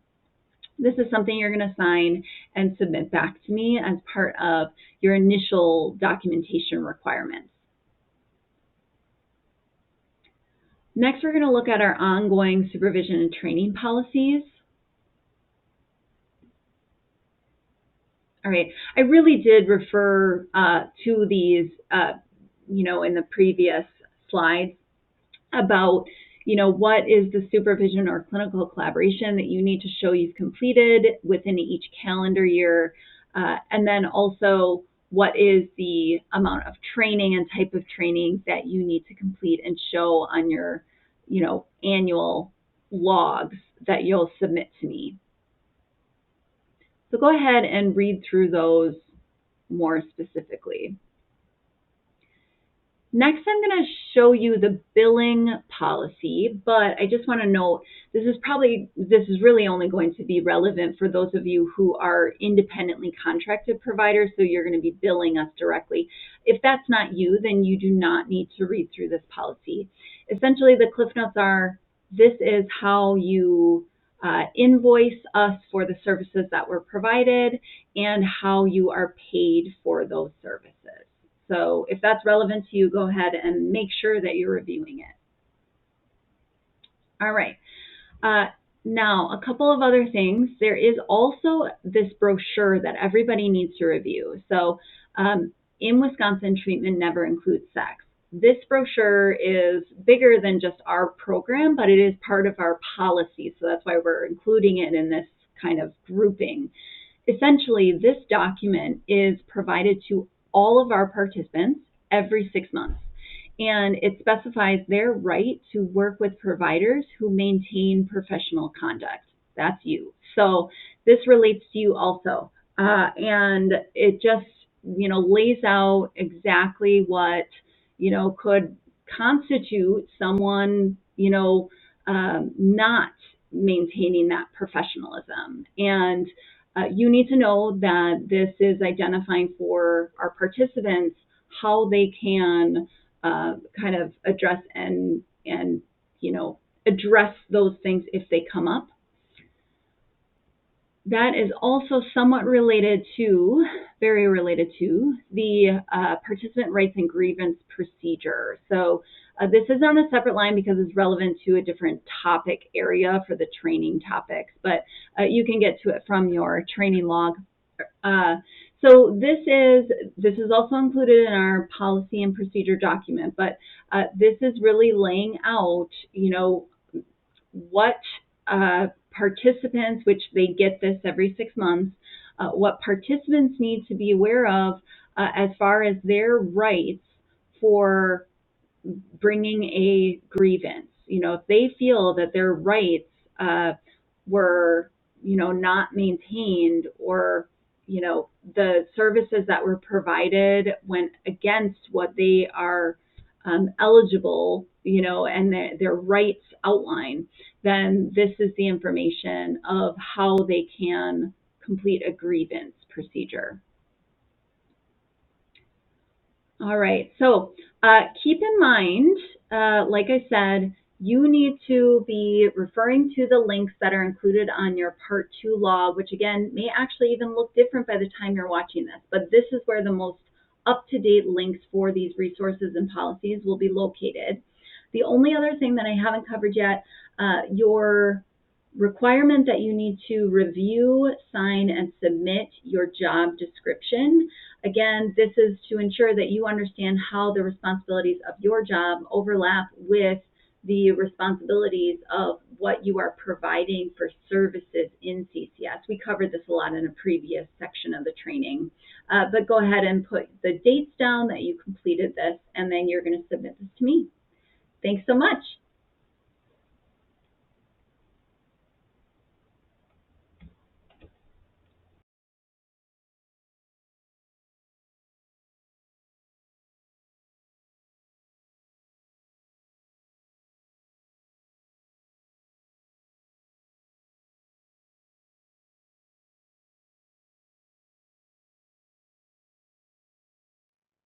Okay, there you have it. Thank you again so much for your willingness to serve the participants in our program. You are making a huge difference in their lives.